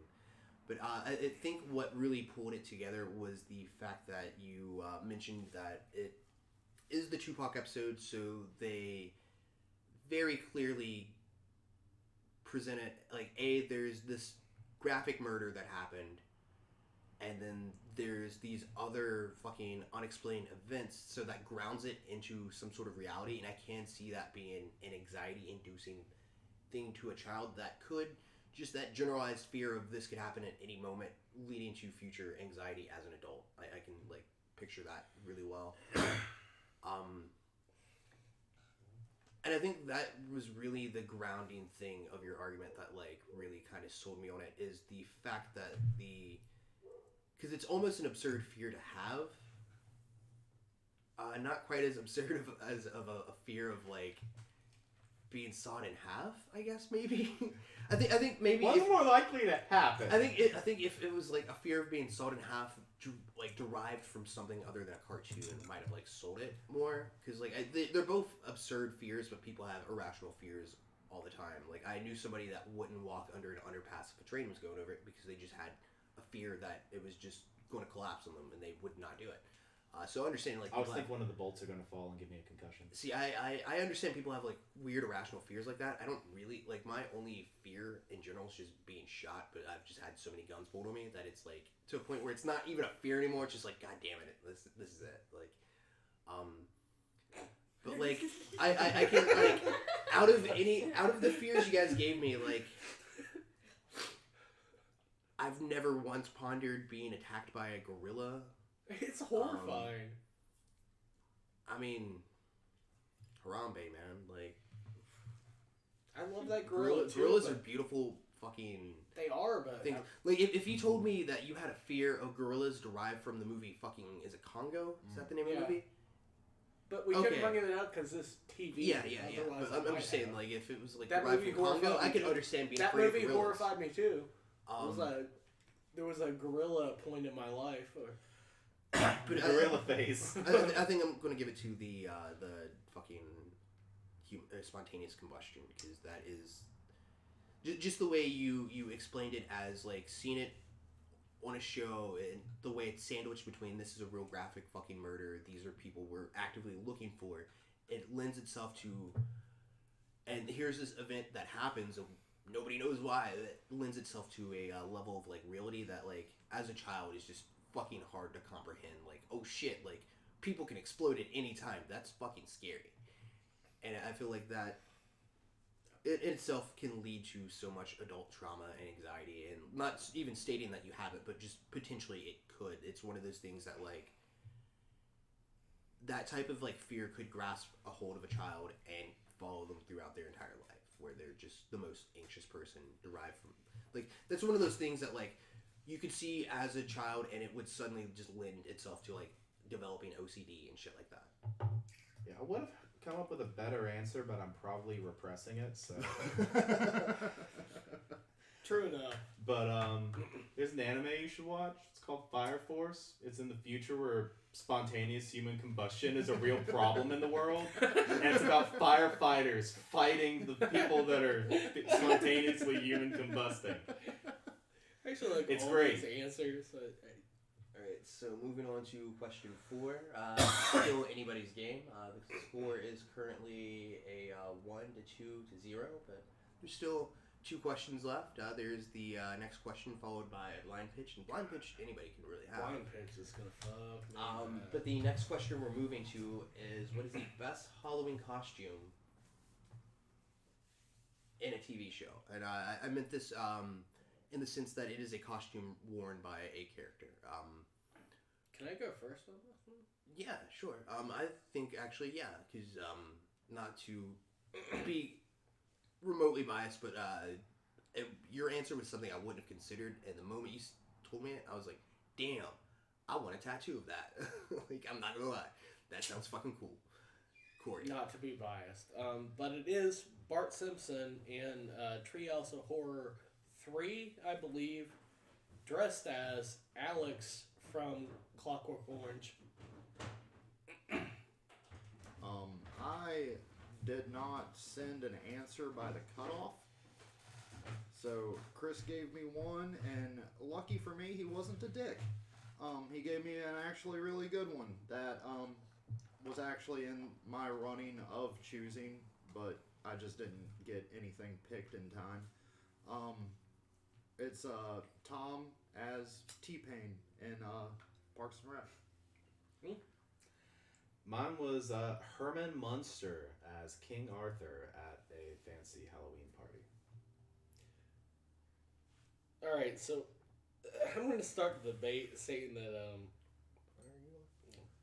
both of yours are kind of lame. Okay, before you start, Yours was... Did you see this episode of The Munsters? I used to watch The Monsters. Monsters I'm is not great. actually really familiar with It's it. better than Addams Family. Yeah. Yeah, Well, I agree. The premise of this costume was, I mean, it was just a clunky like night costume with some tabard on it, and he's like, oh, I'm King Arthur, and these people had never met Herman before. They're just like, oh, that's a cool costume, and then like he like lifts up the visor of his mask, and he's like, oh, he's got a mask under a mask, and it kind of hurts his feelings a little bit. And that's And then fine. he gets, like, throughout the evening, like, he's having a great time because obviously he has the best fucking costume at the party because he looks like fucking Frankenstein underneath a King Arthur mask. But then it cuts away, like, to the after the party, and they have people, for this. some people come over to visit them in their home, and it's just like, and they're out of their costumes just chilling, and it's like, what are y'all still dressed up for? It's like, oh, well, we changed out of our costumes, and now we're just relaxing, and the people run the fuck out of there real quick because this is a horrifying Frankenstein-like monster and is, well, marginally Alright, alive. so Bart dressed as Alex from Clockwork Orange is so great because it was only even in between the segments of that show, because like Treehouse of Horror, obviously has like 3 different little episodes, but as a kid, you don't even know what the fuck he is dressed as. Like that's one thing that The Simpsons does so well. Well, tell And me. they always have for every, even the show, especially the Halloween episodes, is give homage, or however you want to say that word, to like a different horror homage. movie. It's homage.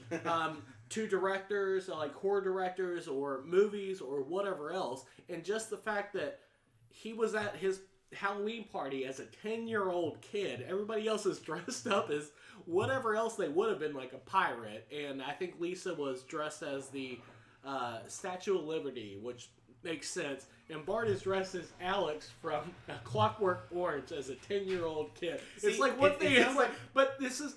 It sounds like a fun reference. No, but this is why it's good, because that gives the show so much replay value as you watch it, even as a kid, because you don't even notice that there's nothing offensive about what he's wearing, really, because they don't show it that much, because you don't know what it is.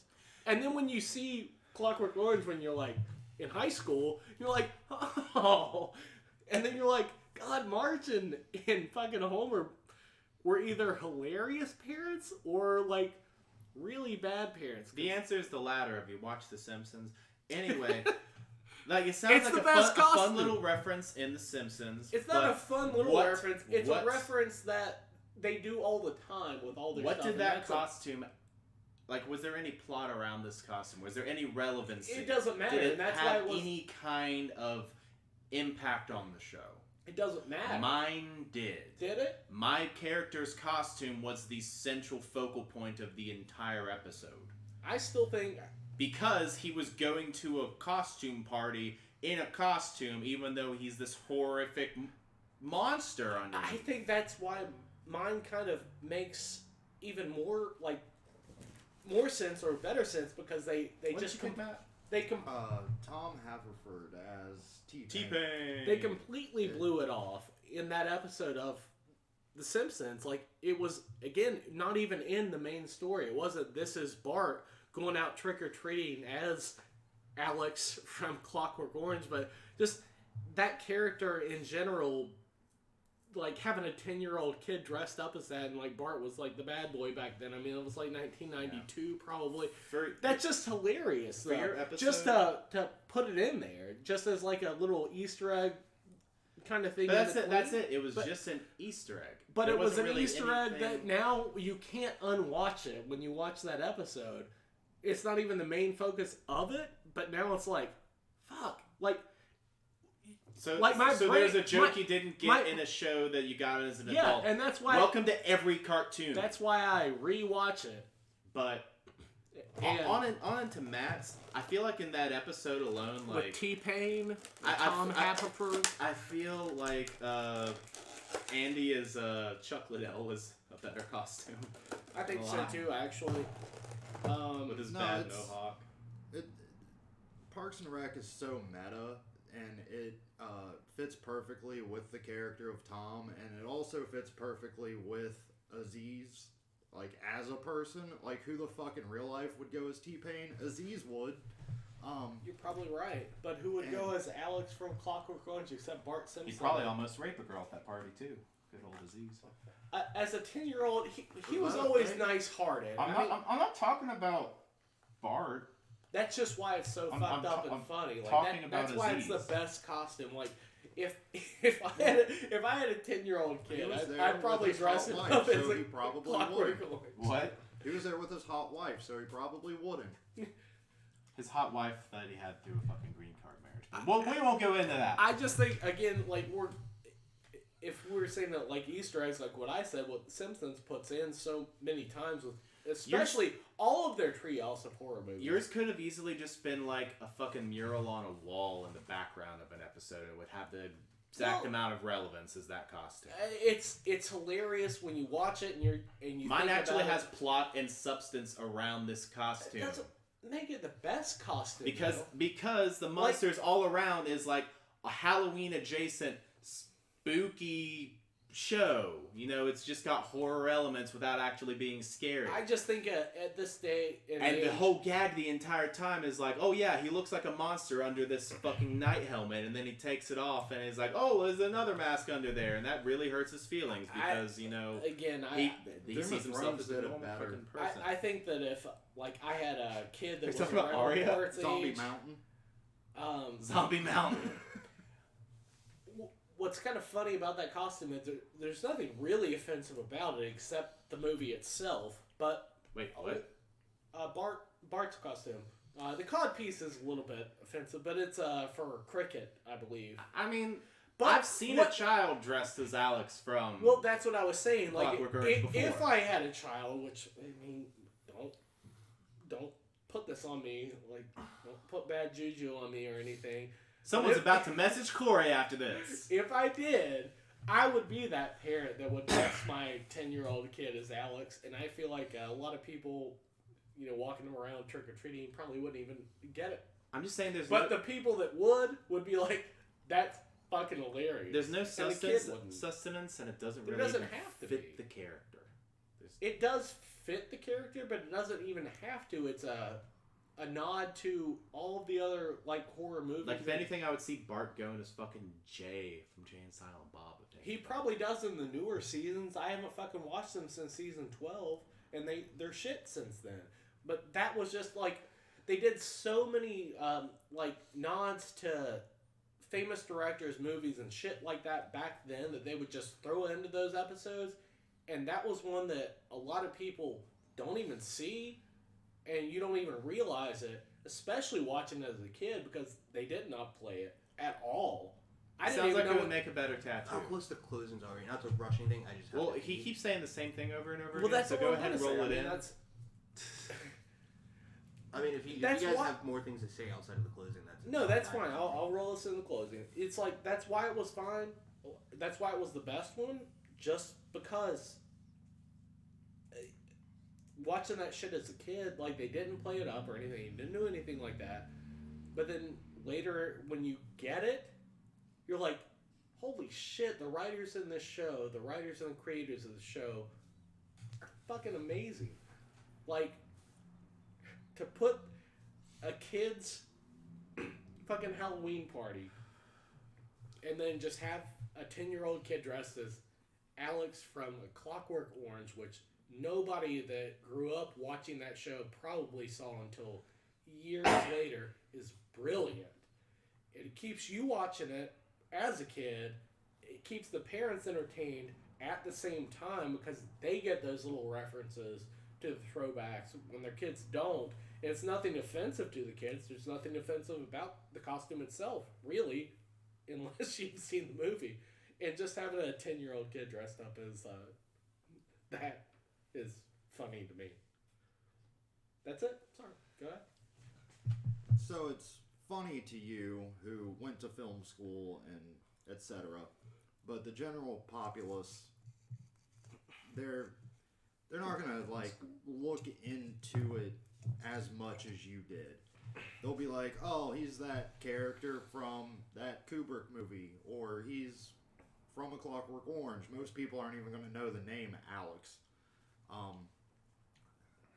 which is a shame. A brutal teardown. It's a actually. fucking great movie. Yeah. But it's got a cult following. If you're part of that cult, you're in on it. Kubrick is appreciated very much after the fact. When it aired, no one would have gotten it. You go back and watch it, and you might get a chuckle if you get it. And then it just turns into a Simpsons episode, and the fact that he's dressed as that is completely irrelevant. With Herman Munster as King Arthur, he could have been dressed as anything, and you could get the same fucking gags and stuff. Anything that has a helmet or a mask or what have you, he could take that off and be, oh, you're still wearing a mask. No, this is my face. Luke. But Dies. it didn't have to to be King Arthur. It wasn't crucial to the plot that it was King Arthur. Tom Haverford as T-Pain, you get a lot of jokes that you couldn't get if he was anybody else. He had to be T-Pain for those jokes to happen. He was the life of the party. It's very meta, so if you do follow the character and the actor, you it makes perfect sense that Tom would be T-Pain. And again, you get him just hamming it up, you know, making jokes and all that, if he went as fucking Prince or whoever, it wouldn't work.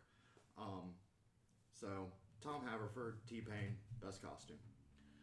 See, I feel like Tom Haverford as T-Pain, like, he could have gone as, like, any of the, like, popular artists at that time. Like, he could have gone as 2 Chainz the entire time and have a joke about these 2 Chainz that he's wearing just so people will get the fucking reference. And with, like, Bart, like, again, it's just a fucking fly on the wall and you keep moving. There's really not much substance there. With mine, like, it's funny on the premise that, like, they're going to a Halloween party where people are dressed up as ghosts and goblins and ghouls and shit. And them, you know, living their life, they're like, yeah, let's put on some, like, fine, sensible, regular references, whatever. Nothing scary whatsoever, because they're not aware that their entire family is scary to the 1960s populace. And the gag is great. The entire premise was fucking great because of the face reveal. I don't think you could have done it with anything else that would have been relevant or pertinent in that particular time. Sure, just a regular night, but, you know, they went ahead and gave him a name. But it was funny. And honestly, The Munsters is just a funnier show. But Than The Simpsons? Yeah. But mine had a plot around the costume.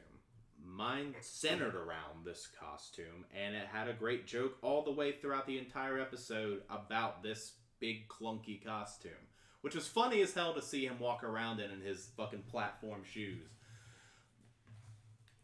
Yours had no substance, and yours was just another character in a room with people that had equally good and relevant costumes, like Leslie Knope as Rosie the Riveter, and fucking Andy as Chuck Liddell. It's hard to focus on this one good costume when everyone else has good, probably better costumes. Okay, I have to pee.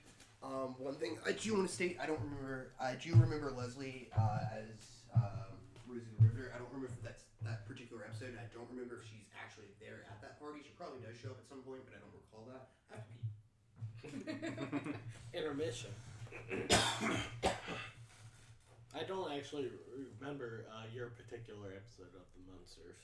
It was one of the best ones. Yeah, we were more of a Addams Family House. We did That watch The explains a Munsters, though. lot. No, we did watch The Munsters too, though. But we were more Addams Family. Yeah, I fucking love the Addams Family, but the Munsters was better. Yeah. It was funnier. Yeah. I like the characters more. I feel like I didn't. I thought they were too tropey. I like them having a freakish daughter that's just, you know, like, normal, but to them, she's like, oh, well, hopefully she'll come around. Let's hope this isn't a speed round question. Oh, yeah, okay. So, I didn't even hear what you guys were talking about, so it doesn't matter. Okay, cool. So, alright, so you mentioned there was a fuck ton of other costumes in that Parks episode. Mm-hmm.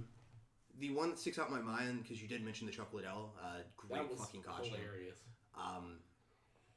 The other one that sticks out in my mind from that same episode is Anne's costume. She's Raggedy Ann. Yeah.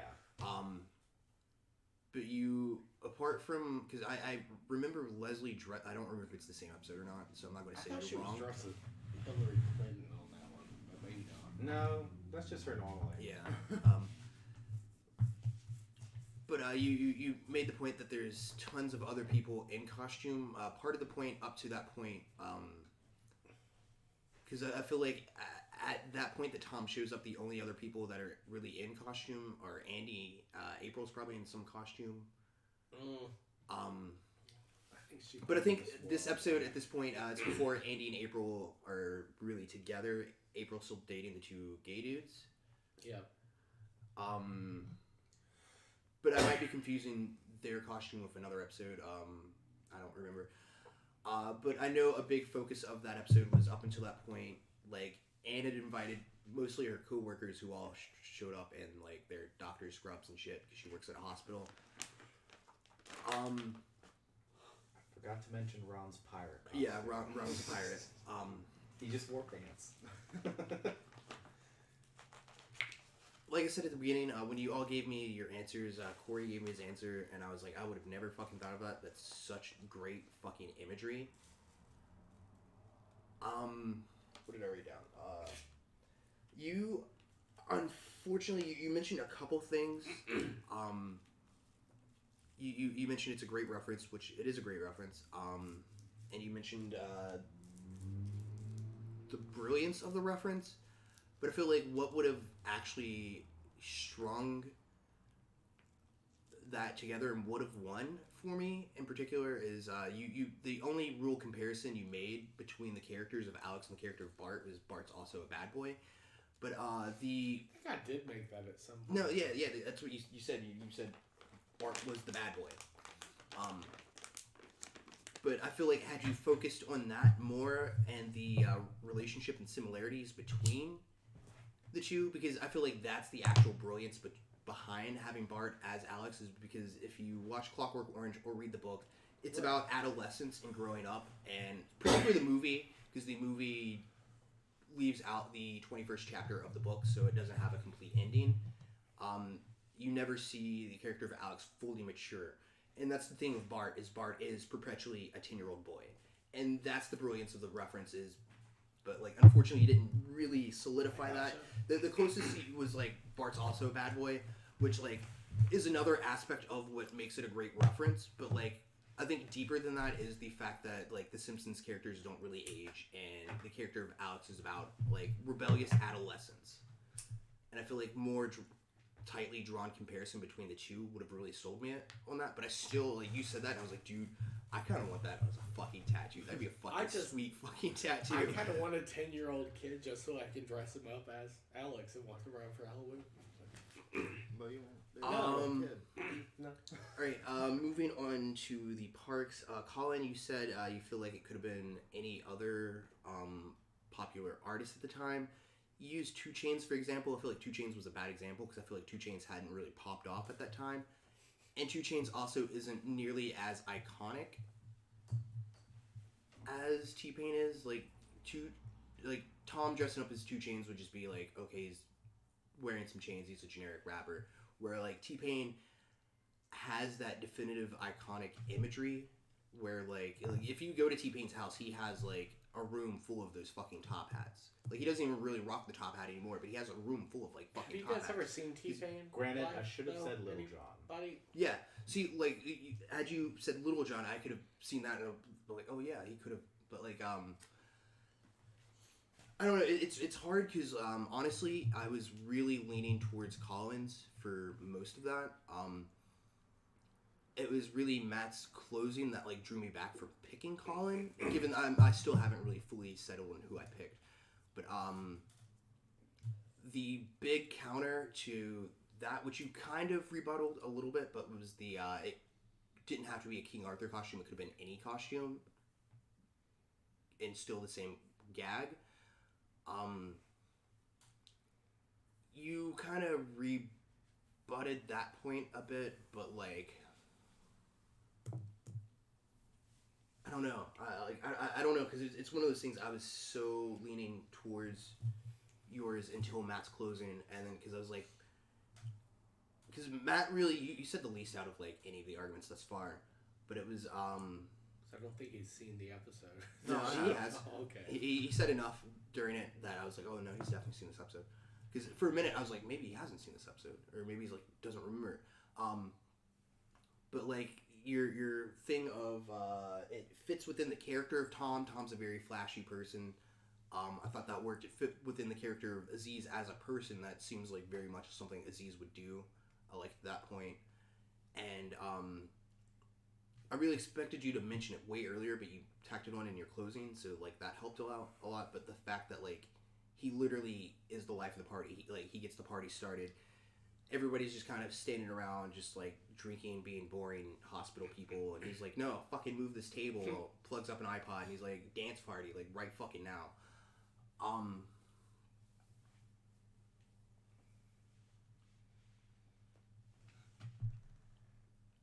don't know. It's still like a hard talk because like I like Colin's aspect of it of like your character could have easily just shown up as they were, but they picked like what they thought their envisionment of like a Halloween costume.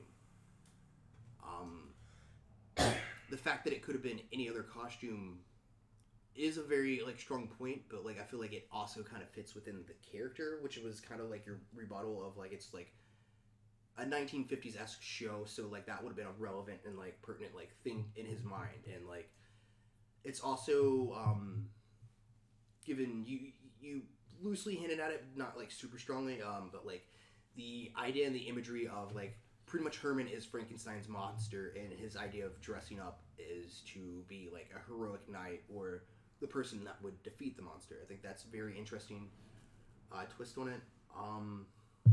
Damn.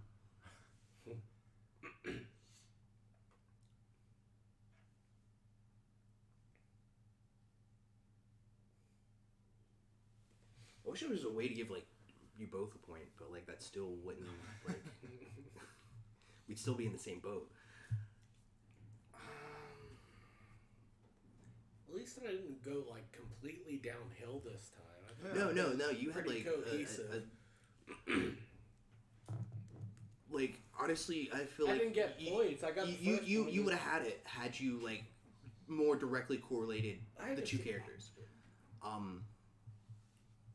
I'm just glad that usually mine are like I got that one point, and then I'm like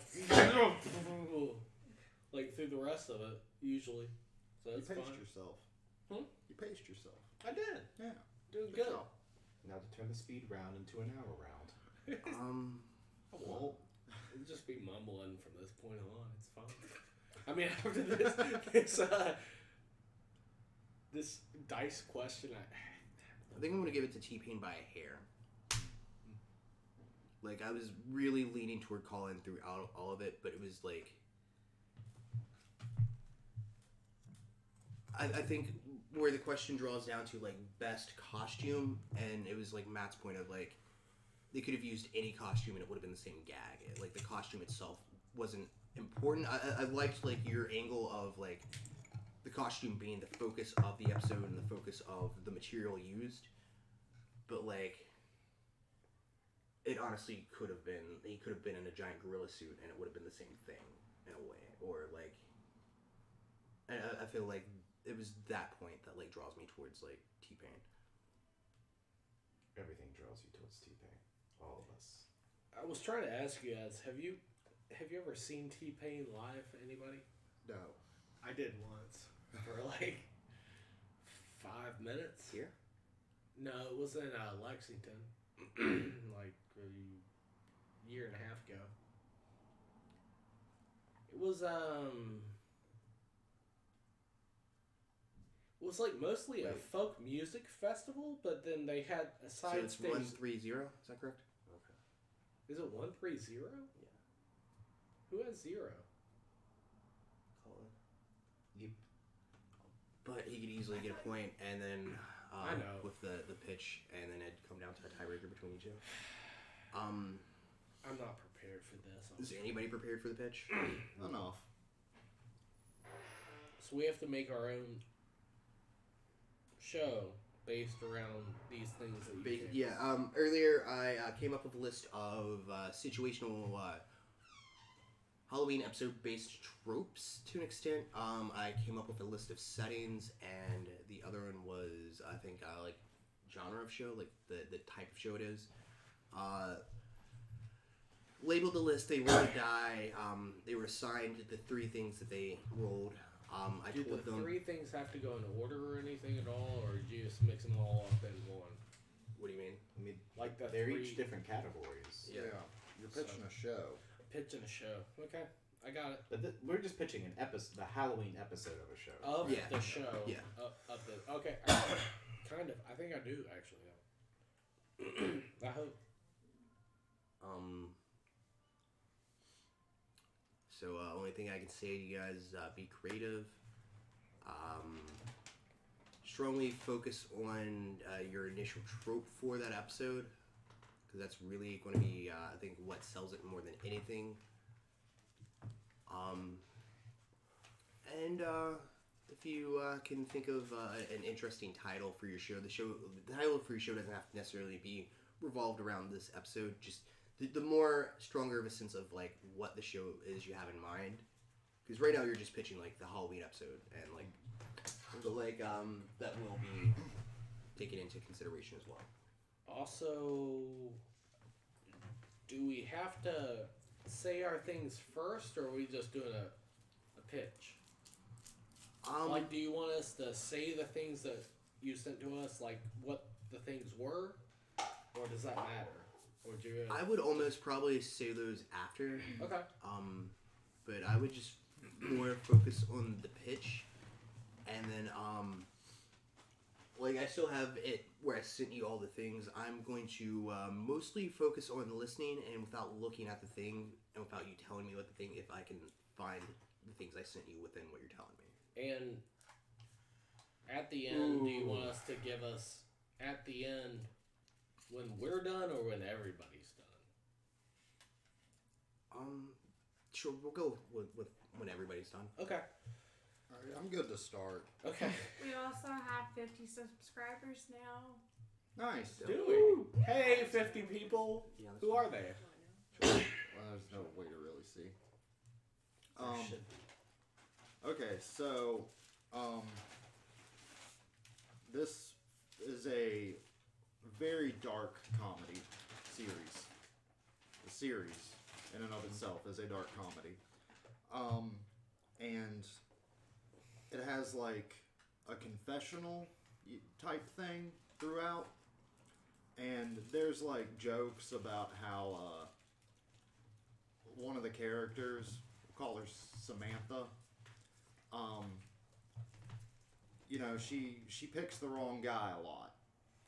And her last boyfriend is like in jail because he murdered someone. And, you know, in the confessional, she touches on that throughout the first season. And the Halloween episode starts with it being revealed that he is getting out of jail for good behavior. And so they're at a Halloween costume party. And she's got, you know, some suitors after her. Pretty much anybody who shows her any attention ends up being found killed in, you know, increasingly more brutal ways. And they're thinking that it is this guy, her ex. So, you know, it starts, they're partying, somebody goes missing after, like, chatting her up. And it's like, hey, what happened to Greg? And, oh, Sean's gone now. And then they, like, find their bodies, and she's like, oh, my ex is here. He's got to be one of these people in a costume, like, and then, towards the climax of the episode, the ex ends up showing up, and the killer is actually a character introduced in prior episodes. So he's the ex is kind of a red herring. He's just back to like apologize and try and make amends, and has no malicious intent at all. They found the Lord.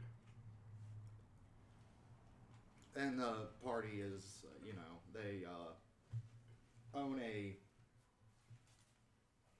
bar, similar to Always Sunny, but quite different in the way that it's made and the type of comedy. Okay, 2 questions for you. Do you have a title? Not as of yet. Samantha, what is she wearing? What's her costume? She's a bumblebee. And when you finally see the reveal of the prison boyfriend guy, what's his costume? Oh, he's actually not in costume. He just got out of jail. He knows that they're all having a party at their bar, and I like that you said that because that's the way I pictured it in my mind, and I was curious if that's what you're going to say. the killer though, he's wearing a Chewbacca costume. All right, What's going on? I'm ready. You've been watching for 2 seasons our procedural cop drama, Dallas PD.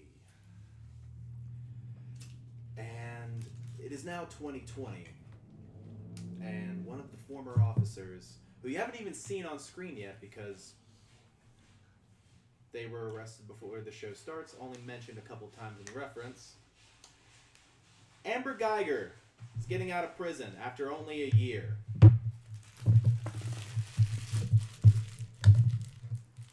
Only due to good behavior, but we know it's because she was a fucking cop who went into someone's apartment and murdered someone in their own apartment.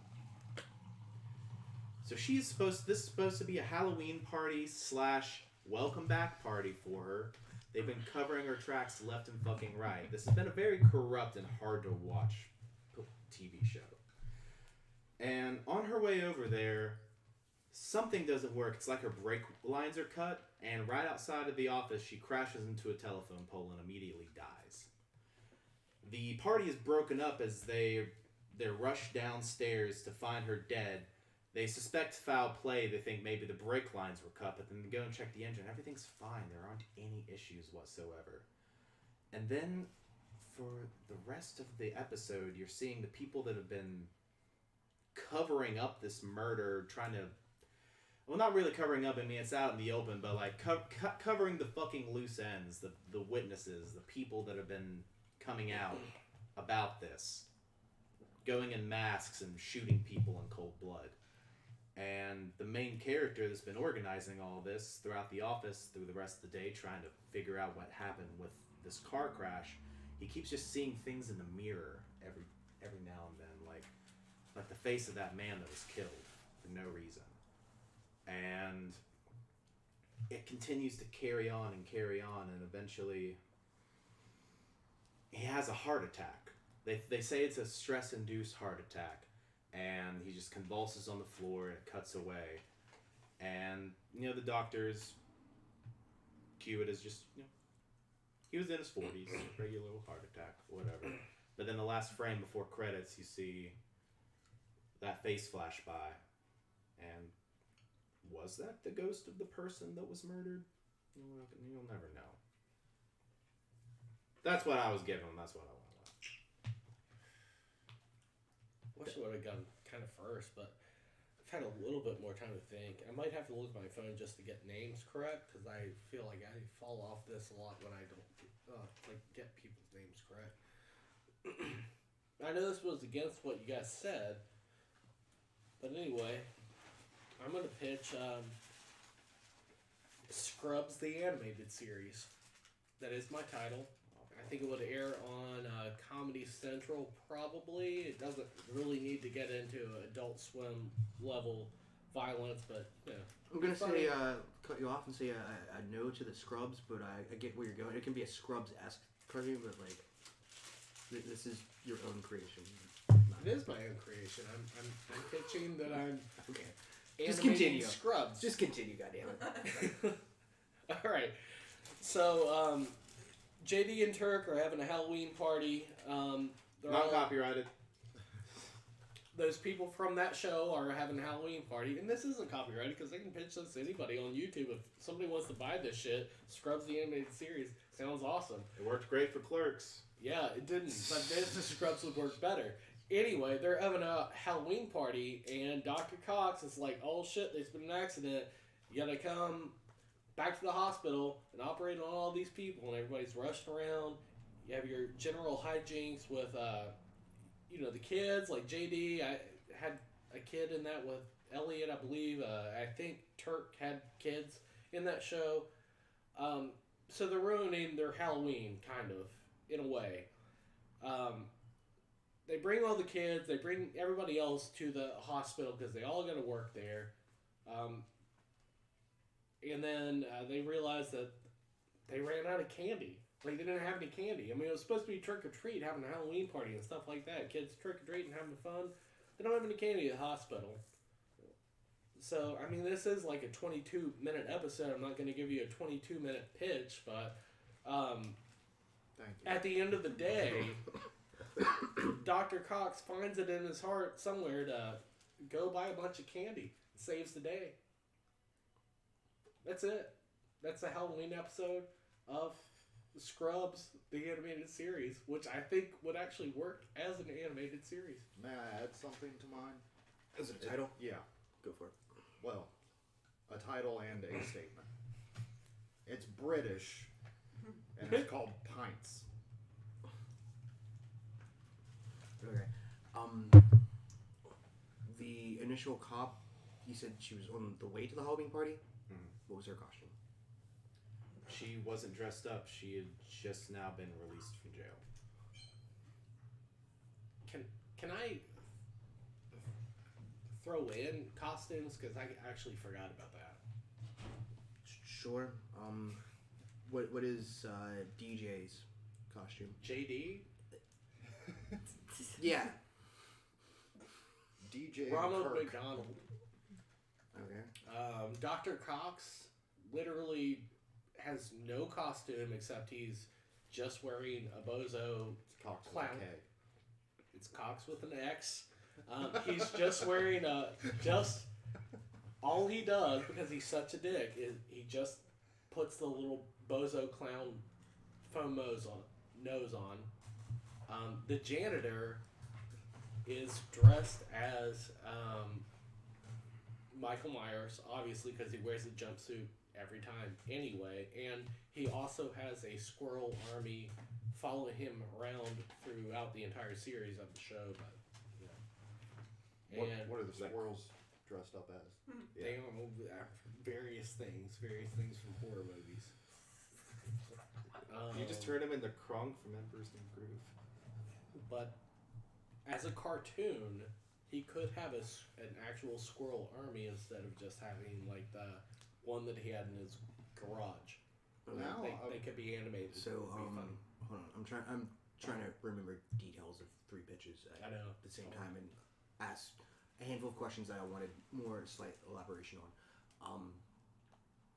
Okay, so you said she's not wearing a costume. You motherfucker. It just happened. Emily broke stuff. Damn it, Emily. Alright, so you said she's not wearing a costume. You mentioned a guy died of a heart attack. Is this at the party or is this like days later? That's where I got confused on. Well, Really, the events of yours kind of confused me. I mean, I was just kind of spitballing for the most part, but I can tell. no, this did happen days later. Like the premise of the movie, the premise of the episode starts around this Halloween party that everyone's excited for. They're ready to welcome their coworker back, and she dies.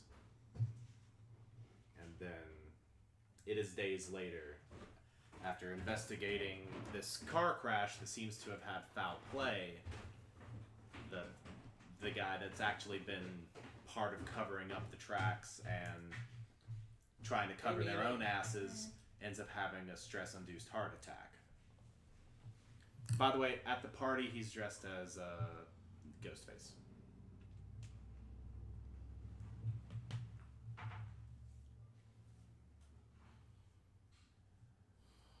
This is unfortunately going to be probably the shortest speed round ever, given the points I'm out. Okay. I feel like Corey, you could have had something there. I believe you were given a hospital parking lot. I believe was your setting. Parking lot is what I neglected. But Yeah. hospital I got, but yes. I believe it was a hospital parking lot. And the I know you trope said was- pick an original show too, but honestly, I would actually probably watch like if it was I halfway. want to watch the janitor with a squirrel army in the vein of Willard now. But okay, so the janitor though with a squirrel army dressed as Michael Myers. I mean, it's perfect. All he has to put on is a William Shatner face. Okay, He's but, wearing the same costume.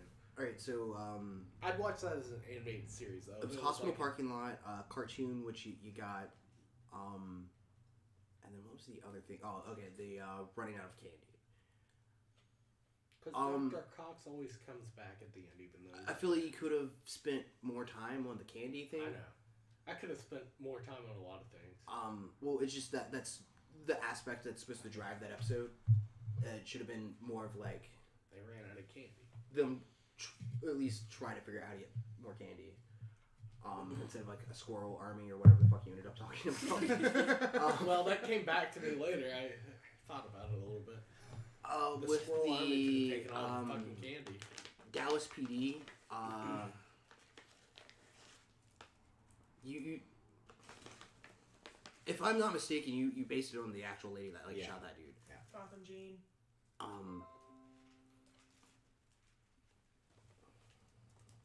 I have one update available.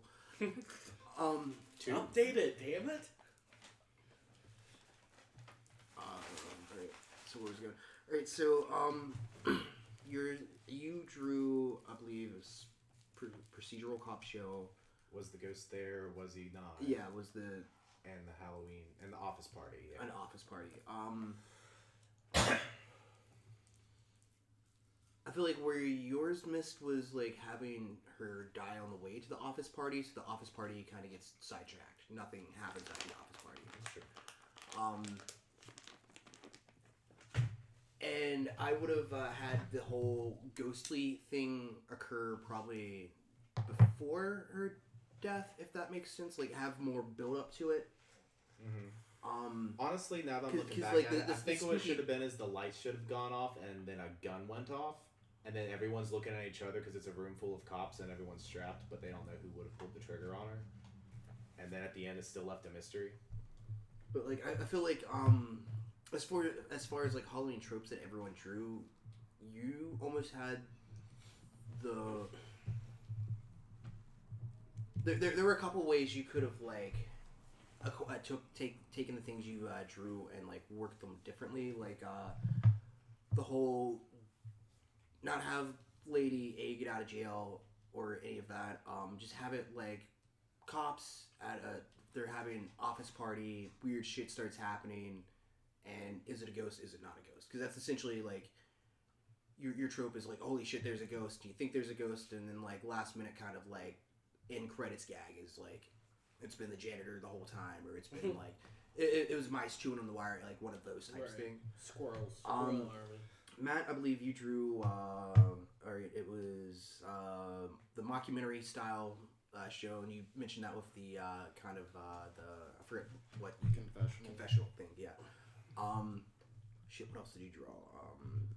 Yours was that mockumentary took place in a bar, and the confusion of the costume confusion, or I forget how I Mistaken identity. Yeah, the mistaken identity.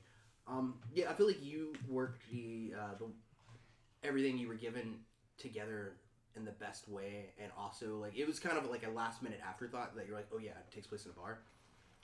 But I feel like you at least used the central trope of like what was going on in the episode to like drive whatever the fuck you were talking about, if that makes sense.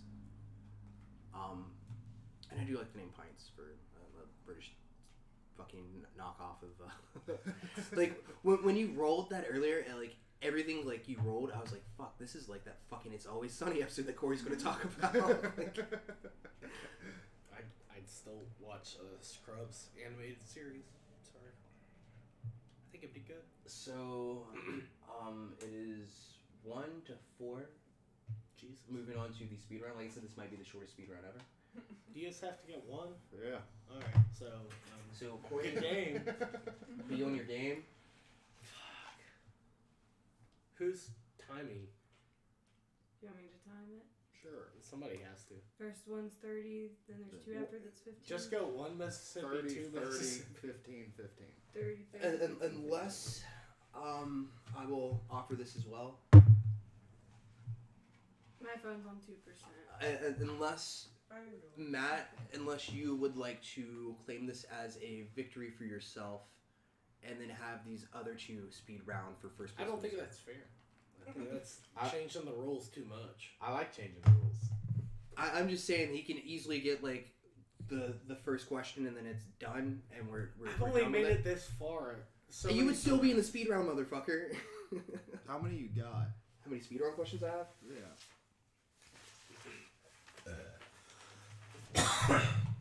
Because I have a Let's definite. make sure I legitimately win, and then if you want them to speed round off for second.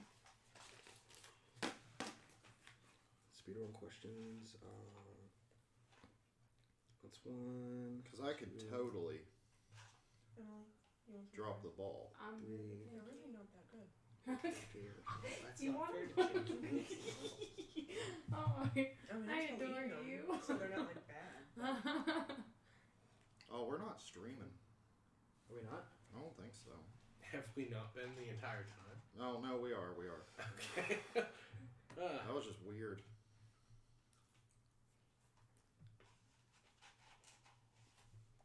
Emily, will you throw these first right away?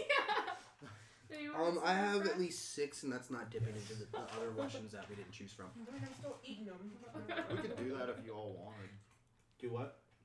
Like, have somebody play for second. Because it could either be like I ask one speed round question, possibly Matt gets it, and then we're done, or you two just speed round for first place loser, which is better than second place loser. But it's entirely up to whoever. It's just I have a lot more I questions. feel like I I would- should at least get one. I would like to yell more. So yes. Alright. So it'll be me and Corey if I get the point. Then it'll be you two. If I don't get the point, then we'll just do it regular. Alright, you all go. I got a phone call. All right, Oh, okay. are you guys ready? Or who's timing? Not much. Just got to close the debate. All right. The question I will ask you.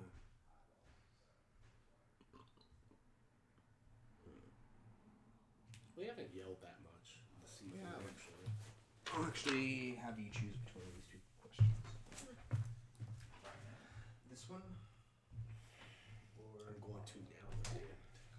Speed round, motherfuckers. You made it. He's like so pumped with 1 point. No, I make it. that one's also Yeah. very argument based because like Oh, yeah. I know the answer. I do At too. At least now you can argue for second. We'll if argue about possible. it later. I just feel good that I haven't been mumbling around and most of mine made actual sense this time. Yeah, you did Proud of good. you, Corey. All Do right, the so other one if you want. I mean, 30 to 45 minutes. I'll leave it up to you guys. Do you want this or that question, or just an open-ended question? I'm in the lead, so I'll let you pick. I don't know what this or that question means, Like- or a choice I state between two things. options. I state like Like Evil Dead this or that. original or Evil Dead remake. I'm gonna go with this or that. that's the question you want. Yeah, this or that question instead of the open-ended because I'm really bad with those. Okay, so the question is: first person to answer gets their answer. Also goes second. Goosebumps or Are You Afraid of the Dark? Are you afraid of the Goosebumps. dark? Okay, so they both have separate answers. Who said what first? I don't. I think we said it I at think the same Corey time. Yeah. should go second.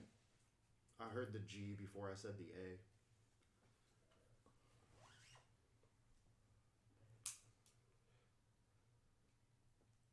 Are You Afraid of the Dark has the benefit of not having a source material, so they can go do whatever, whereas Goosebumps has to follow children's books that don't necessarily translate that well to a TV show. You miss out on a lot. They have to get it done in 22 minutes, whereas the book, it can be as long as it needs to be. With Are You Afraid of the Dark, they had better storytelling. They had scarier episodes. It was made for like a slightly older audience.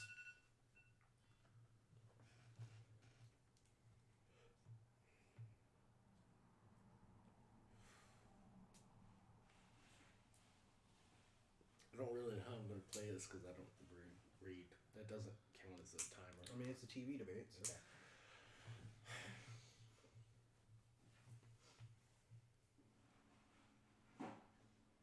I think Goosebumps was better because it actually came on when I could see it.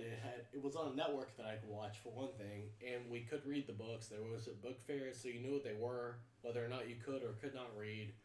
R.L. Stein was a great writer. The episodes were good. They were more geared towards kids. However, I think a lot of your show kind of ripped off what was previously written by him, and then they made the show. One moment. Okay.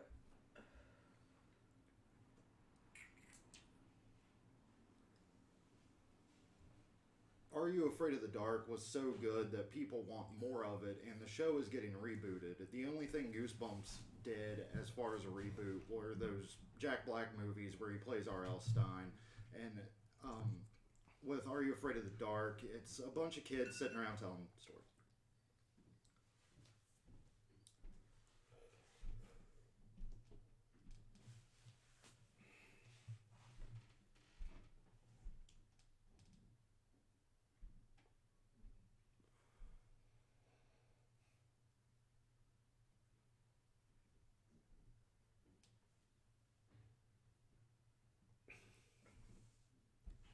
You know, I'm gonna go with Goosebumps because it's what I knew, it's what I could watch, it's what I had read.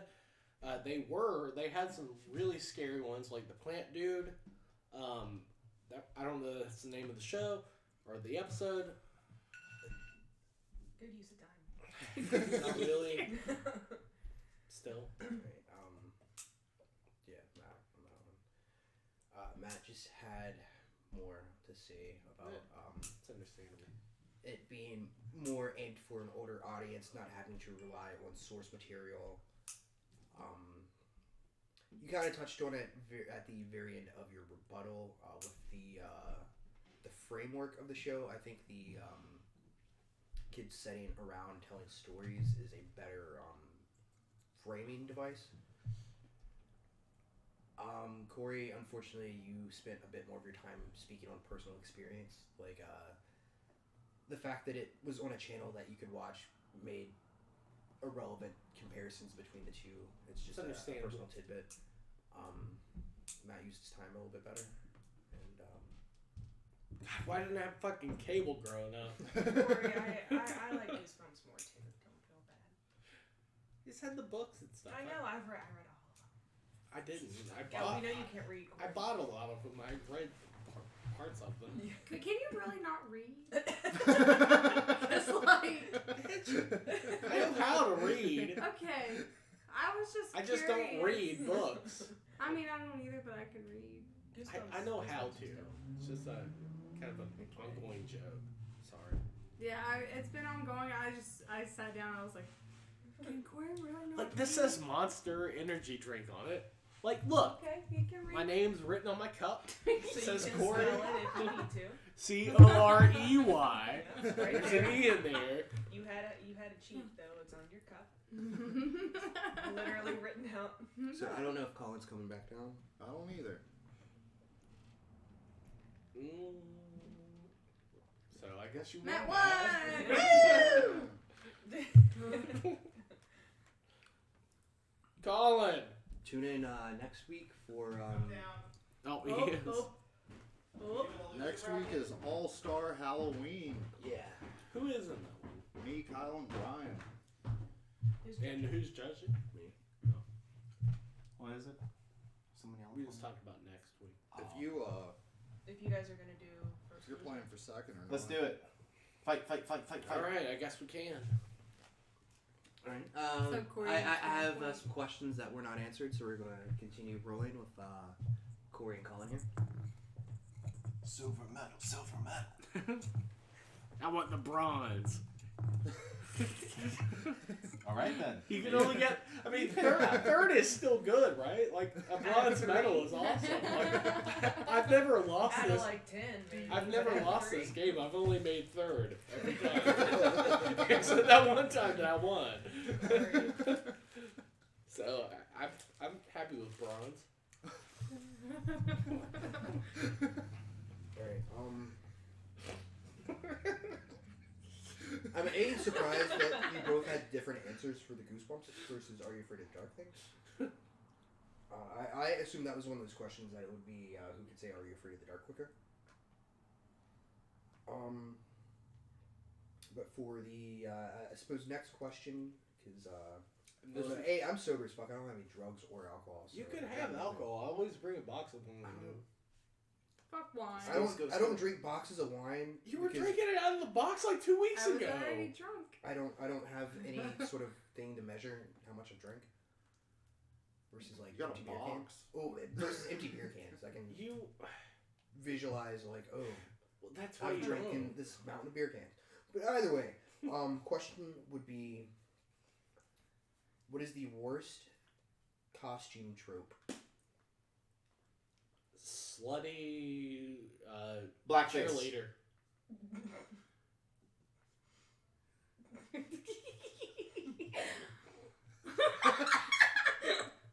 Sorry. Blackface. Oh my god. Did we say that at the same time? You started first, Why but is I that finished dying? first. I started it first. You started saying something first, and I finished first. So who goes first? Let's just yell at each other at the same time. Alright, once again, this is still in relation to TV.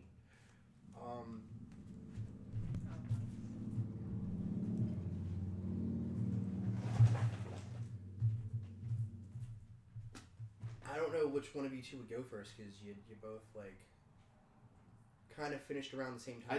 I didn't hear the whole thing you Corey said. said words first. Yeah, he did. Did you hear what I ended up with? And I to put that in TV as an actual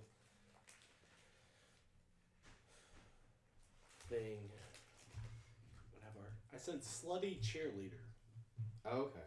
That's a pretty horror trope, but not necessarily. Corey definitely said slutty first. Well, because it's a good trope for But most horror Colin stuff. said blackface. Like a bullet. But how are you going to go with Very that? confidently. Yeah, I'm confused about both your answers. I mean, Slutty cheerleader as a horror trope is a, It's a horror trope. but like it's a costume trope. I know. I'm You trying. could have left it at slutty, my nigga. God, I should have just left it. Like, but you had to make it super specific. I can't think of like, I mean, I'm sure they exist, but that's for you to argue. I can think of it in movies, but not TV. Me too. I And can that think was of where I blackface went. on TV. So that's Yeah, where, lots. TV. So can you? I can think of one. I see. I can't. But I can think of one. I can. well, that's what's needed, I guess. Whenever one of you starts talking, we'll go.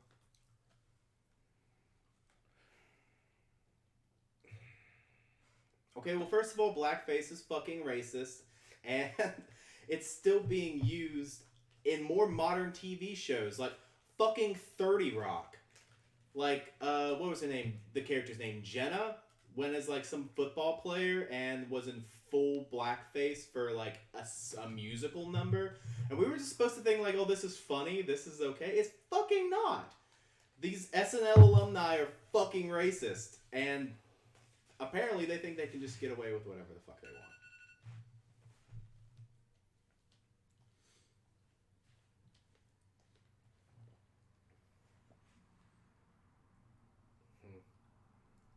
I'm gonna get bronze for this.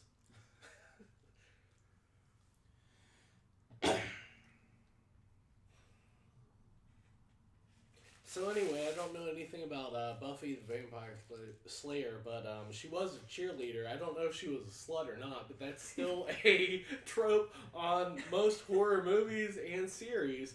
And she definitely was a cheerleader. She kicked a lot of like vampire ass, I believe. Never watched the show. Sarah Michelle Gellar may or may not be a slut in real life. I don't know. I don't know her personally. We just Cheerleader, slut. Matt is physically in pain right now. Yeah, we just lost like 5 fucking subscribers.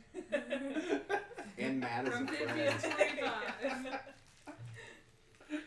Was I right about any of that? No. No. Was she not a cheerleader? She She was is. definitely a cheerleader, and Not I a think she slut. killed some vampires.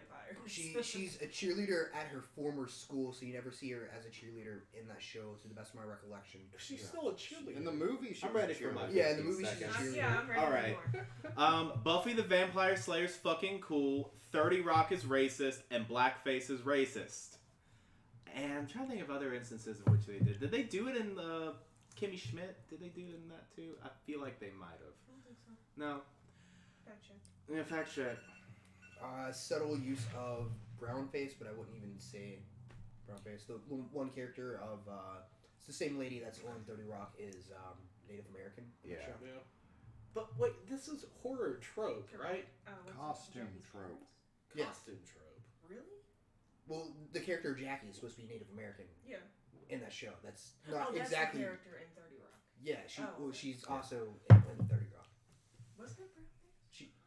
Yeah.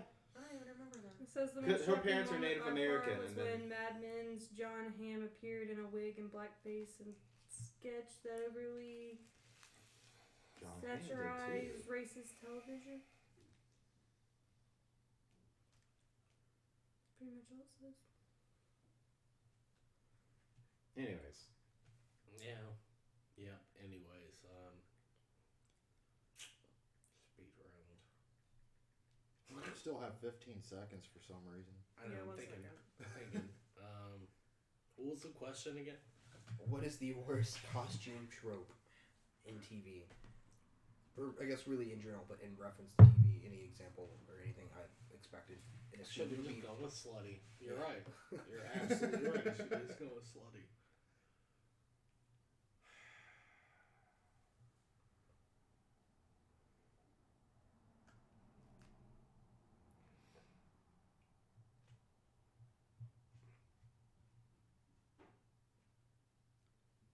This is a really hard question, actually. You already answered it. Just Yeah, this, go. No, fuck! this is I know. This is the longest 15 seconds in I my know. life. I'm just trying to think of. Should I have started it already? Or? You could have. I just sit here in awkward silence. It's fine. You Just say go for it words. now. 15 Alright. seconds. Colin picked a really weird thing to even call out, and how is that even a Halloween trope? And I don't understand how. You called out 30 Rock. I don't know.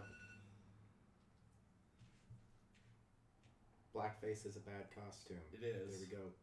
I just don't remember anybody doing it. You're again. I get it. Can you just give no one the point? Yeah, just that was a. I mean, I feel like Colin sufficiently attempted to answer he and did. had at least one example of it in. I think Colin context. got that. I Um, extremely lost.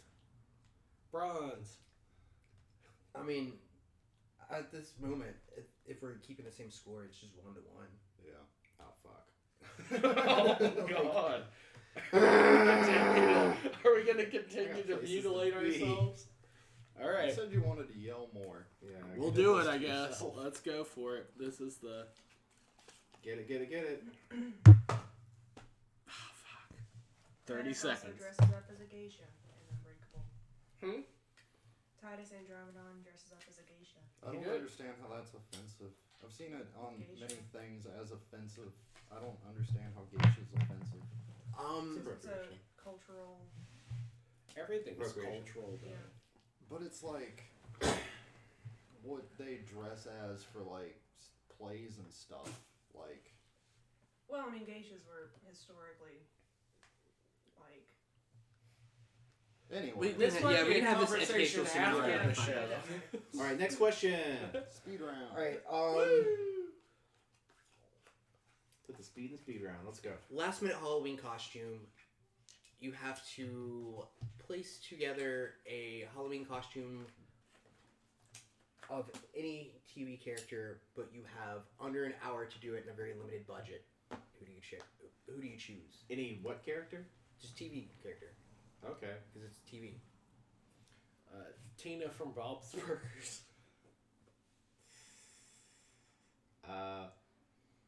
Fuck.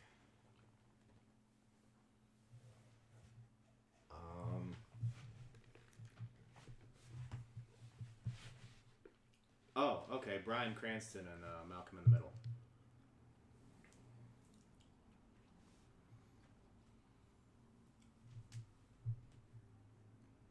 I've got a sweater and some tidy whities. That's all I fucking need.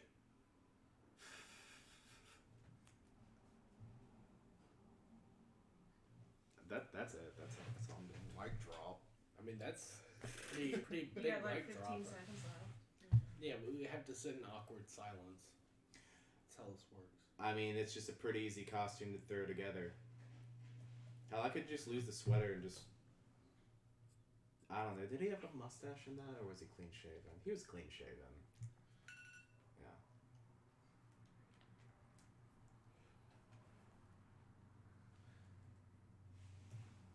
I thought it was personally to me today because I have everything that I need for it. But throw together. I could actually. You can start it. Tina from Bob's Burgers. I have the glasses. The hair is easy to find. You can throw a towel around yourself if you don't have a skirt. And I have a blue T-shirt. Got the socks already and the shoes already. I mean, that could have been. I have planned it for months. A month, but if not, I could have made a really pretty done, okay, Tina, anyway, without ordering shit. Do we want a rebuttal for this one? No, No, it just, doesn't matter. Just go with it. Go off Corey on that one. You kind of abandoned. I did. I mean, I could. It was the first thing to come to mind, and it didn't have anything to go with it. Actually is easy. That's the weirdest But- Bryan Cranston costume. Yeah. TV costume. You said that, and I pictured just like button-up shirt, tie, maybe some stains on it. It was like what I pictured. Yeah, but he's most iconic when he's just like freaking out, running around in his underwear, though. Right, but I think But, like, of for the Bryan Cranston would have Walter been White. like underwear and Malcolm in the Middle. But That's what he said. That's exactly what I said. Yeah. where do you find tidy whities though, unless you wear them? Oh, I don't wear them. I would buy some. Saying you wear a skirt. Saying I've never have seen one you in a now. skirt. You might. Oh yeah. Anyway. You guys are being fucking weirdos now. Oh yeah, I'm starting to get into. Yeah, you're Losing losing it. it. I'm losing it a little bit. All right. All right, going for that. I've got to bronze. go. Are you going to Nate's Nate's Halloween party? Yeah. Yeah, you're gonna go. I'm gonna go as a. Well, I'm gonna try to go as a. Bryan Cranston and Malcolm Bryan in the Cranston. Middle. Okay, well, I I guess we're Oregon done. Silver. Have fun. Have fun. Happy Halloween Okay. soon. It's fine. Yeah, you even.